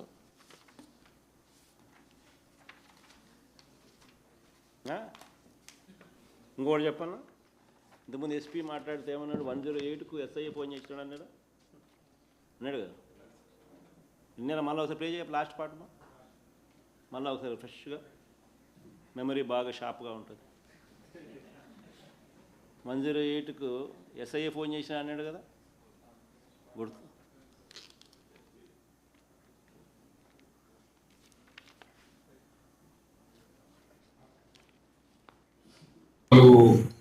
ఆయన టెంపుల్ నుంచి వస్తున్నారు, వాళ్ళు టెంపుల్ వెళ్ళారు, టెంపుల్ నుంచి వస్తున్నారు. వచ్చిన క్రమంలో మా ఇన్ఫర్మేషన్ దానికి సంబంధించి గాంధా ఒక కేసుకు సంబంధించిన గాంధా మా వాళ్ళు సీజ్ చేశారు. గాంధా సో సీజ్ చేసిన గాంధా వెహికల్ లో ఉంది. లిక్కర్ బాటిల్ కూడా సీజ్ చేశారు, లిక్కర్ బాటిల్ కూడా వెహికల్ లో ఉంది. అయితే అది కూడా ఏంటంటే అనుకోని పరిస్థితి, ఒక అతను బైక్ నుంచి ఆపోజిట్ వెహికల్ రావడం, ఈవెన్ ఆటో కూడా ఆపోజిట్ వెహికల్ లో రావడం వల్ల ఇది తప్పించిపోయి దానికి అయింది అంటే అది కూడా వేరే విషయంగా కాదు. 108 కూడా ఎస్ఐనే కాల్ చేశారు. వ్యక్తులు కూడా ఇక్కడ యాక్సిడెంట్ అయిందని చెప్పి వాళ్ళు చెప్పిన తెలిసిన వ్యక్తులకు చెప్పి వెహికల్స్ కూడా తెప్పించారు. 108 వచ్చేంత 108కి ఎస్ఐ ఫోన్ చేసినాడు, 108 వెహికల్ వచ్చేదాకా అక్కడే ఉండి ఎక్కించినాడు, రకరకాలుగా చెప్పినాడు. కానీ 108 అంబులెన్స్కి కాల్ చేసింది స్థానికుడు అంటూ 108 పేషెంట్ కేర్ రికార్డుల్లో పేర్కొన్న రికార్డు అది. చూడు, బాబియా హెల్త్ సర్వీసెస్ వాళ్ళే, ఇక చంద్రబాబు నాయుడు గవర్నమెంట్ వచ్చిన తర్వాతనే పెట్టిన అప్పచెప్పిన సర్వీసెస్ కంపెనీ. వాళ్ళ రికార్డ్స్ ప్రకారం patient pre hospital care record call చేసింది స్థానికుడు అంటూ 108 పేషెంట్ కేర్ రికార్డుల్లో పేర్కొన్న రిపోర్ట్. మరి నేను అడుగుతా ఉన్నా, కారులో గంజాయి కనిపిస్తుంది. గంజాయి కనిపించింది ఎక్కడో ఏదో గోడౌన్లో కాదు, ఎక్కడో ఇంకో చోట కాదు, ఎక్కడో ఇంకో చోట కాదు. ఆటోను మత్తులో వీళ్ళు గుద్దినారు. గుద్దిన తర్వాత ఆటోలో ఉన్న పేషెంట్లు హాస్పిటలైజ్ అయినారు. వాళ్ళ ఫోటోలు కూడా చూపించము. ఆటోలో ఉన్న పేషెంట్లు హాస్పిటలైజ్ అయినారు. ఆటోలో ఉన్న మనుషులు ఆటో వీళ్ళు గుద్దడం వల్ల. సో గంజాయి దొరికింది. గంజాయి కారులో ఉన్నది వీళ్ళు ఎస్ఐలు. వీళ్ళు పాపం ఆటోలో ప్రయాణం చేస్తూ ఉన్న ప్రయాణికులు. వీళ్ళు మత్తులో, డ్రైవరు మత్తు, వెనకాల కూర్చున్న ప్యాసింజర్లు అంటే ఎస్ఐలు, వెనకాల కూర్చున్న తోలుతా ఉన్న డ్రైవరు మత్తు, వెనకాల కూర్చున్న ఎస్ఐలు వాళ్ళు మత్తు. అందరూ మత్తులో ఉన్నారు.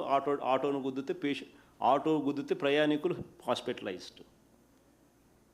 కారులో ఎస్ఐలు ఉన్నారు, కారులో మత్తులో ఎస్ఐలు ఉన్నారు, కారులో ఉన్నారు. కారు డిక్కీలో గంజాయి ఉంది, పోలీసు యూనిఫామ్ ఉంది.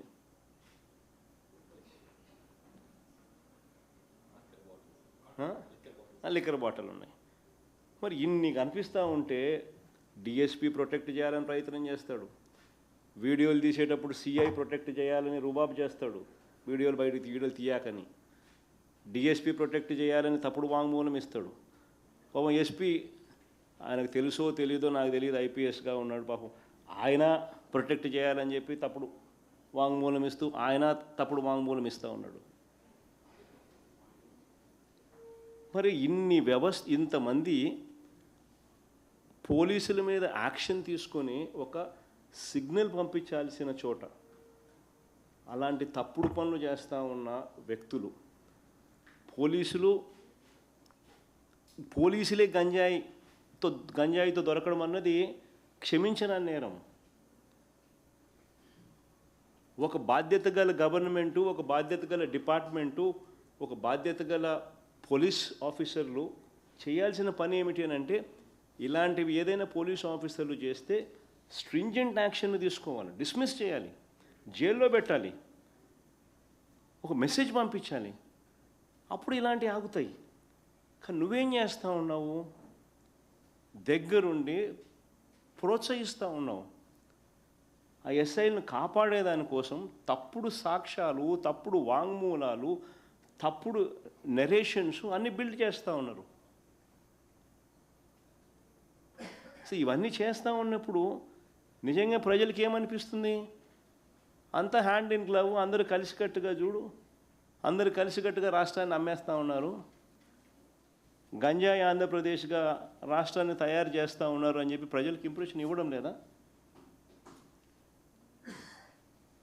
ఈ మాదిరిగా జరుగుతూ ఉంది రాష్ట్రంలో పరిపాలన.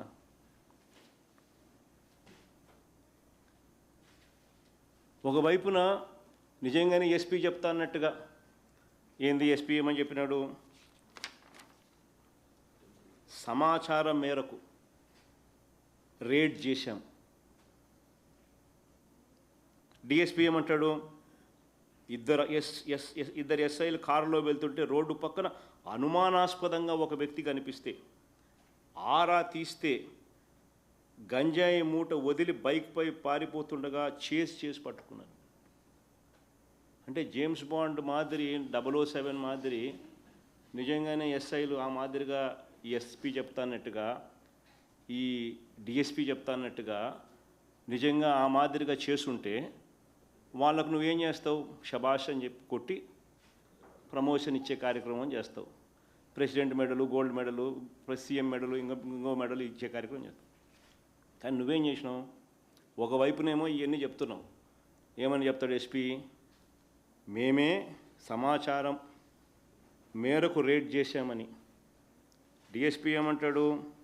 మా జేమ్స్ బాండ్లు ఇద్దరు రోడ్డు పక్కన అనుమానాస్పదంగా వ్యక్తి కనిపిస్తే ఆరా తీస్తే గంజాయి మూట వదిలి బైక్పై పారిపోతుండగా, వీళ్ళు ఆరా తీస్తే వాళ్ళు గంజాయి మూట వదిలి బైక్పై పారిపోతుండగా చేసి పట్టుకున్న కార్యక్రమం చేసిన. మరి ఇంత జేమ్స్ బాండ్లకు విఆర్ ఎందుకు ఇచ్చినారయ్యా? అది యాక్షన్ ఈయన యాక్షన్ ఏం తీసుకుని చూపించు. విఆర్కు సంతమాగలూరు ఎస్ఐ, 4 పోలీసు అధికారులపై చర్యలు, కారులో గంజాయి రవాణా ఘటన. మరి ఎందుకు చేసుకున్నారు? మరి దగ్గర కానీ action against cops over ganja liquor case. మరి ఎందుకు చేస్తున్నారయ్యా? అంటే నువ్వే ఒకవైపున జేమ్స్ బాండ్ అంటావు, నువ్వే మరోవైపున ఏమంటావు?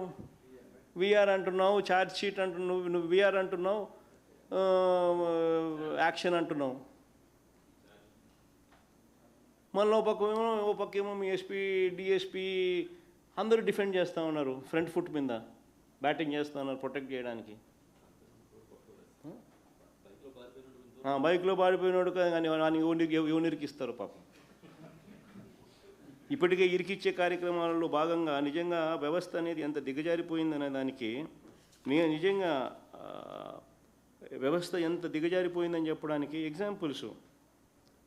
మొన్న విజయవాడలో కృష్ణలంకలో సిఐ వేధింపులకు భరించలేక ఆత్మహత్య చేసుకునే ముందు వీడియో ద్వారా మరణ వాంగ్మూలం ఇస్తూ ఆత్మహత్య చేసుకున్న మాదిగ యువకుడు క్రాంతి కుమార్ వాళ్ళ కుటుంబం చేసిన ఆరోపణ ఏంది? నా కొడుకు చేత చేయకూడని పనులు చేయించే కార్యక్రమం చేయిస్తూ ఉంటే తట్టుకోలేక ఆత్మహత్య చేసుకున్నాడని చెప్పి.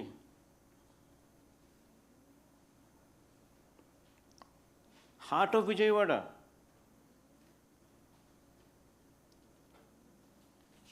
ఇంకొక పిల్లోడు పోలీస్ స్టేషన్లోనే లాకప్ డెత్కు గురై బూడిద కూడా దొరకని సాయికృష్ణ, ఆయన వ్యవహారంలో కూడా ఇలాంటి చర్చే నడుస్తుంది.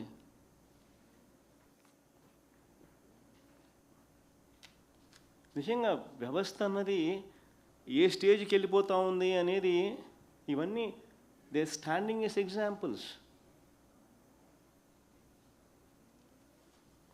నిజంగా ఈ అద్దంకి వ్యవహారంలో వింటా ఉన్న పరిస్థితులను, ఘటనలు ఒకసారి చూస్తూ ఉంటే, ఆ తర్వాత సమాచారం వస్తూ ఉండేది ఒకసారి చూస్తూ ఉంటే, గ్రెనైట్ మాఫియా నుంచి పోలీసులు కలెక్షన్ చేసి ఎమ్మెల్యేకింత, చిన్నబాబుకింత, పెద్దబాబుకింత అని వాటాలు వేసి మరి పంచే క్రమంలో ప్రైవేట్ పార్టీ చేసుకుంటూ ఆడ మత్తులోకి పోయినారంట. ఆ మత్తులో నుంచి పోతా ఉన్నప్పుడు దారిలో ఇదంత ఘటన.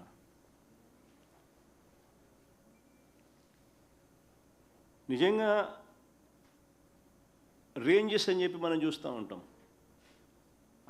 ఐజీలకు రేంజ్లు ఇస్తారు, రాయలసీమ రేంజ్ అని, ఈ రేంజు ఆ రేంజు, కోస్తా రేంజ్ అని, ఇట్లా రేంజ్లుగా డివిజన్ చేస్తుంటారు పోలీసులు సౌలభ్యం కోసం. ఫస్ట్ టైం ఇప్పుడు ఏం చూస్తూ ఉన్నాను తెలుసా, రేంజ్లుగా విభజించి సిండికేట్ ఫామ్ అయ్యి వీళ్ళే కలెక్షన్లలో పాత్రదారులుగా ఉండడం, ఎమ్మెల్యేలతో సహాయ సహకారాలు తీసుకుంటూ, ఎమ్మెల్యేలు వీళ్ళు అంతా కలిసికట్టుగా ఎమ్మెల్యేకింత, వీళ్ళకింత, చిన్నబాబుకింత, పెద్దబాబుకింత అని ఆర్గనైజ్డ్గా చేసుకుంటాం. ఫస్ట్ ఏం జరుగుతూ ఉంది?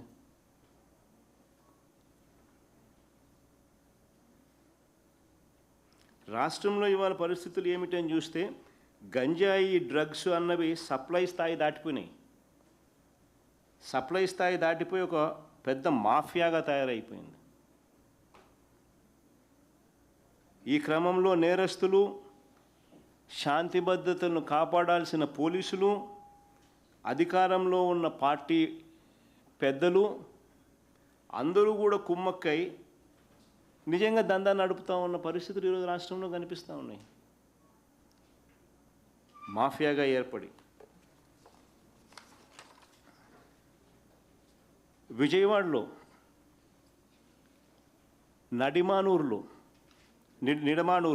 విజయవాడలో నిడమానూరులో 140 కిలోల గంజాయి పట్టుబడితే విచారణ ఆధారంగా కేరళకు చెందిన గంజాయి డాన్ సోహేల్ను విశాఖలో అరెస్ట్ చేసి విజయవాడకు తీసుకొస్తే పటమట పోలీస్ స్టేషన్ నుంచి తప్పించుకున్నాడు. తీరా చూస్తే తప్పించుకున్నాడనేది కాదు, తప్పించబడ్డాడు అన్నది. జూన్ 9న ఈ ఘటన జరిగితే ఇప్పటి వరకు ఆ సోహేల్ను పట్టుకోలేకపోయినారు. పోలీస్ స్టేషన్లో పెట్టినోడు కనపడకుండా పోతున్నాడు. విజయవాడలో నిడమానూరులో 140 కిలోల గంజాయి పట్టుబడితే విచారణ ఆధారంగా కేరళకు చెందిన గంజాయి డాన్ సోహేల్ను విశాఖలో అరెస్ట్ చేస్తే విజయవాడకు తీసుకువస్తే పటమట పోలీస్ స్టేషన్ నుంచి తప్పించుకున్నాడు.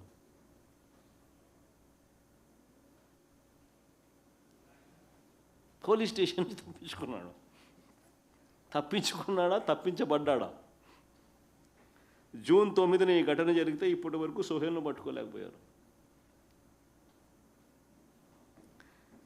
ముఖ్యమంత్రి సొంత నియోజకవర్గం కుప్పంలో గంజాయి, గుట్కా విక్రయాలు విచ్చలవిడిగా సాగుతున్నాయని స్వయంగా స్థానిక టీడీపీ నాయకులే కలెక్టర్కు ఫిర్యాదు చేశారు. విచ్చలవిడిగా జరుగుతూ ఉన్నాయని స్థానిక టీడీపీ నాయకులే కలెక్టర్కు ఫిర్యాదు చేశారు. ముఖ్యమంత్రి సొంత జిల్లా చిత్తూరులో 2 మహిళా టీడీపీ నేతలు గంజాయి విక్రయిస్తున్నారని అదే పార్టీకి చెందిన వారు కలెక్టర్కు ఫిర్యాదు చేసినారు.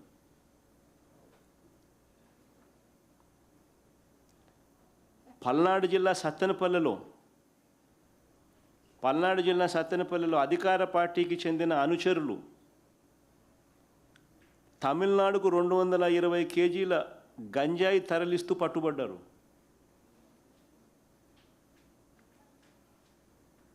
All these are facts on record. కుప్పంకు చెందిన టీడీపీ నేతలు ఒరిస్సాలో గంజాయి విక్రయాలు చేస్తూ పట్టుబడ్డారు.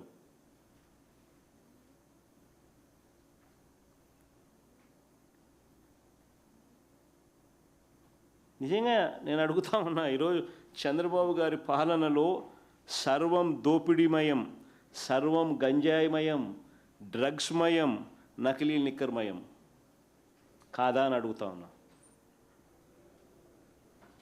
అదే మా హయాంలో నిజంగా ఉక్కుపాదం ఎలా మోపినామని చెప్పడానికి నిదర్శనాలు. ప్రత్యేకంగా ఎస్సీబీని పెట్టినాం, స్పెషల్ ఎన్ఫోర్స్మెంట్ బ్యూరో ప్రత్యేకంగా గంజాయి డ్రగ్స్పై ఉక్కుపాదం మోపాం. ఆ ఫోటోలు కూడా చూపించమా. 11,550 ఎకరాలలో గంజాయి పంటను ధ్వంసం చేసినాం. 11,550 ఎకరాలలో గంజాయి పంటను ధ్వంసం చేసినాం. 4.5 కోట్ల గంజాయి మొక్కలను తొలగించినాం. 13,210 మందిని అరెస్ట్ చేసినాం. 2,950 వాహనాలను జప్తు చేశాం. పొరుగు రాష్ట్రాలతో సమన్వయం చేసుకొని గంజాయి రవాణా జరిగే రూట్లన్నింటినీ బ్లాక్ చేశాం. ఏజెంట్ల మాయలో పడి వారు చెప్పినట్లుగా గంజాయి సాగు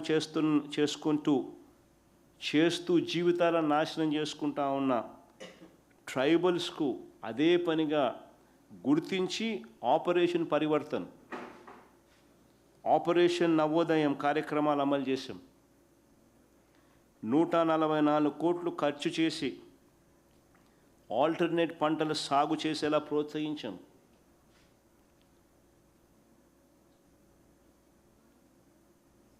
ఇవన్నీ దాదాపుగా పోడి భూములు 3 లక్షల చిల్లర ఎకరాలు పోడి భూములు గిరిజనులకు పంచిపెట్టాం ట్రైబల్స్కు. ఇవన్నీ మార్పులు తీసుకొస్తూ మేము చేసిన కార్యక్రమాలు.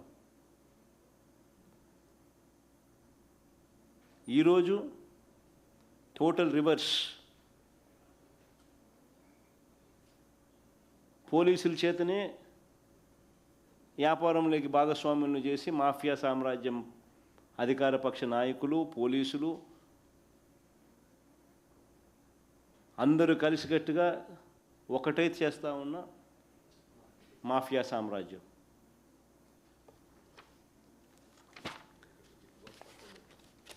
ఈ రాష్ట్రంలో ఏ పంటకు గిట్టుబాటు ధర రైతులకు రావడం లేదు, కానీ ఒకే ఒక పంట గిట్టుబాటు ధర వస్తుంది, గంజాయికి మాత్రమే వస్తుంది చంద్రబాబు నాయుడు పాలనలో.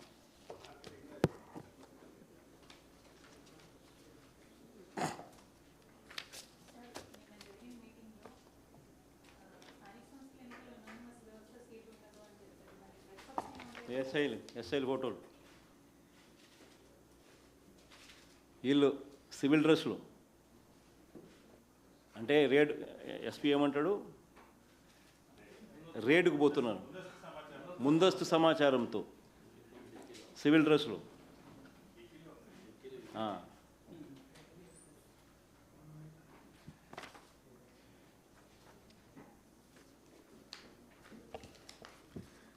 అమ్మా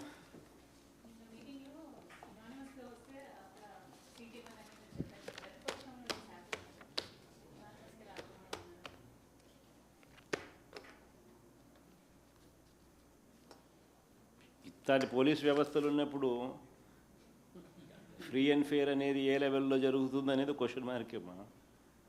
బట్ ప్రజాస్వామ్యంలో పోరాటం అనేది చేయాల్సిందే. Ultimately at the end of the day democracy should prevail. Ultimately ఈ స్థానిక సంస్థల్లో గెలుపు ఓటములు అనేది పెద్ద తేడా పడవు. జనరల్ ఎలక్షన్స్కి వచ్చేసరికి ప్రభుత్వం మీద ఈ లెవెల్ వ్యతిరేకత ఉన్నప్పుడు నువ్వు ఫ్రీ అండ్ ఫెయిర్ పోల్ జరుపుకోకుండా పోలీసులను నువ్వు వాడుకొని ఒకసారి చేసుకోగలుగుతావు. కానీ అది కోపం కింద మనకు నీకు గుర్తుండే ఉంటుంది, నంద్యాల బై ఎలక్షన్స్. నా పాదయాత్ర కన్నా ముందు నంద్యాల బై ఎలక్షన్ జరిగింది. దాన్ని టార్గెటెడ్గా చేసి పోలీసులు మొత్తం డంప్ చేసి డబ్బులు విపరీతంగా అక్కడ డంప్ చేసి ప్రలోభాలు పెట్టి భయపెట్టి లీడర్లందరినీ అరెస్టులు చేసి రకరకాల కార్యక్రమాలు చేసి బై ఎలక్షన్ గెలిచినారు. ఆ తర్వాత నా పాదయాత్ర జరిగింది, ఆ తర్వాత ఎలక్షన్లు వచ్చినాయి.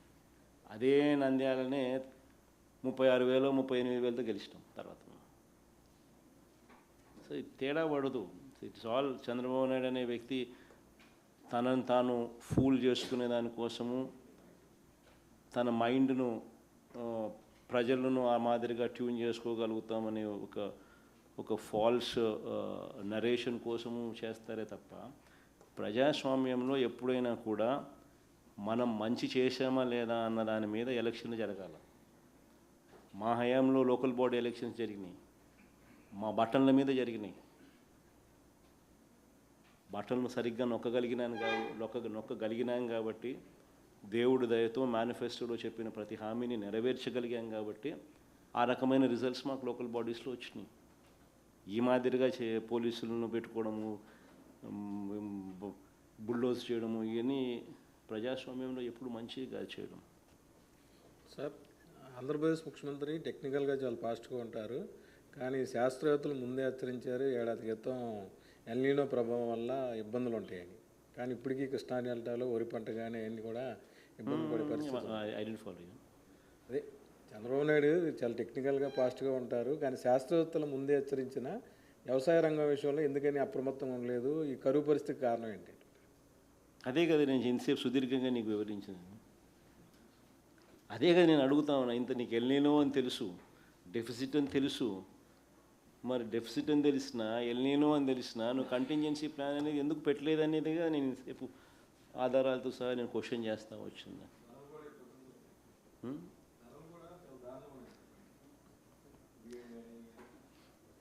అట్లనే ఉన్నాయి సార్.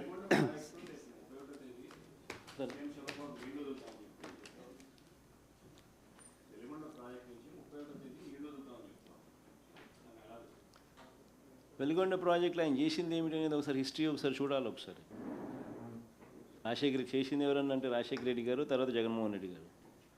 చంద్రబాబు నాయుడు ఏం చేసినాడు అనేది చంద్రబాబు నాయుడు ఆయనంతకు ఆయన క్వశ్చన్ చేసుకోవాలి. ఎవరెవరి హయాంలో టన్నల్ ఎంతెంత పూర్తయింది, ఎవరెవరి హయాంలో ఏ పర్సంటేజ్ ఆఫ్ టన్నల్ పూర్తయింది అని చెప్పి. చంద్రబాబు నాయుడు అనే వ్యక్తి క్రెడిట్ చోరీ తప్ప ఏదంటారు చూసినామో, క్రెడిట్ వితౌట్ కాంట్రిబ్యూషన్ అంటే చంద్రబాబు నాయుడు దగ్గర నుంచి నేర్చుకోవాలి. సార్ ఈ మధ్యకాలంలో కొన్ని సర్వేలు వచ్చాయి. ఆ సర్వేల్లో వచ్చే ఎన్నికల్లో వైఎస్ఆర్ కాంగ్రెస్ పార్టీ అధికారంలోకి రాబోతుందనే రిపోర్ట్లు వస్తూ ఉన్నాయి. జగన్మోహన్ రెడ్డి గారిని మళ్ళీ ముఖ్యమంత్రిగా చూడాలని కూడా ఆ సర్వేల్లో జనం కోరుకుంటున్నారని తెలిసింది. మీరు ఏమనుకుంటున్నారు సార్? ఈ చంద్రబాబు నాయుడు గారి పాలన ఈ మాదిరిగా ఉంటే నిజంగా ఎవరైనా కానీ ఏ ఇంట్లో ఓట్లు పడతాయి రమేష్? ఎవరు ఓట్లు వేస్తారు? ఆ ఇంట్లో ఓట్లు పడతాయి చెప్పు.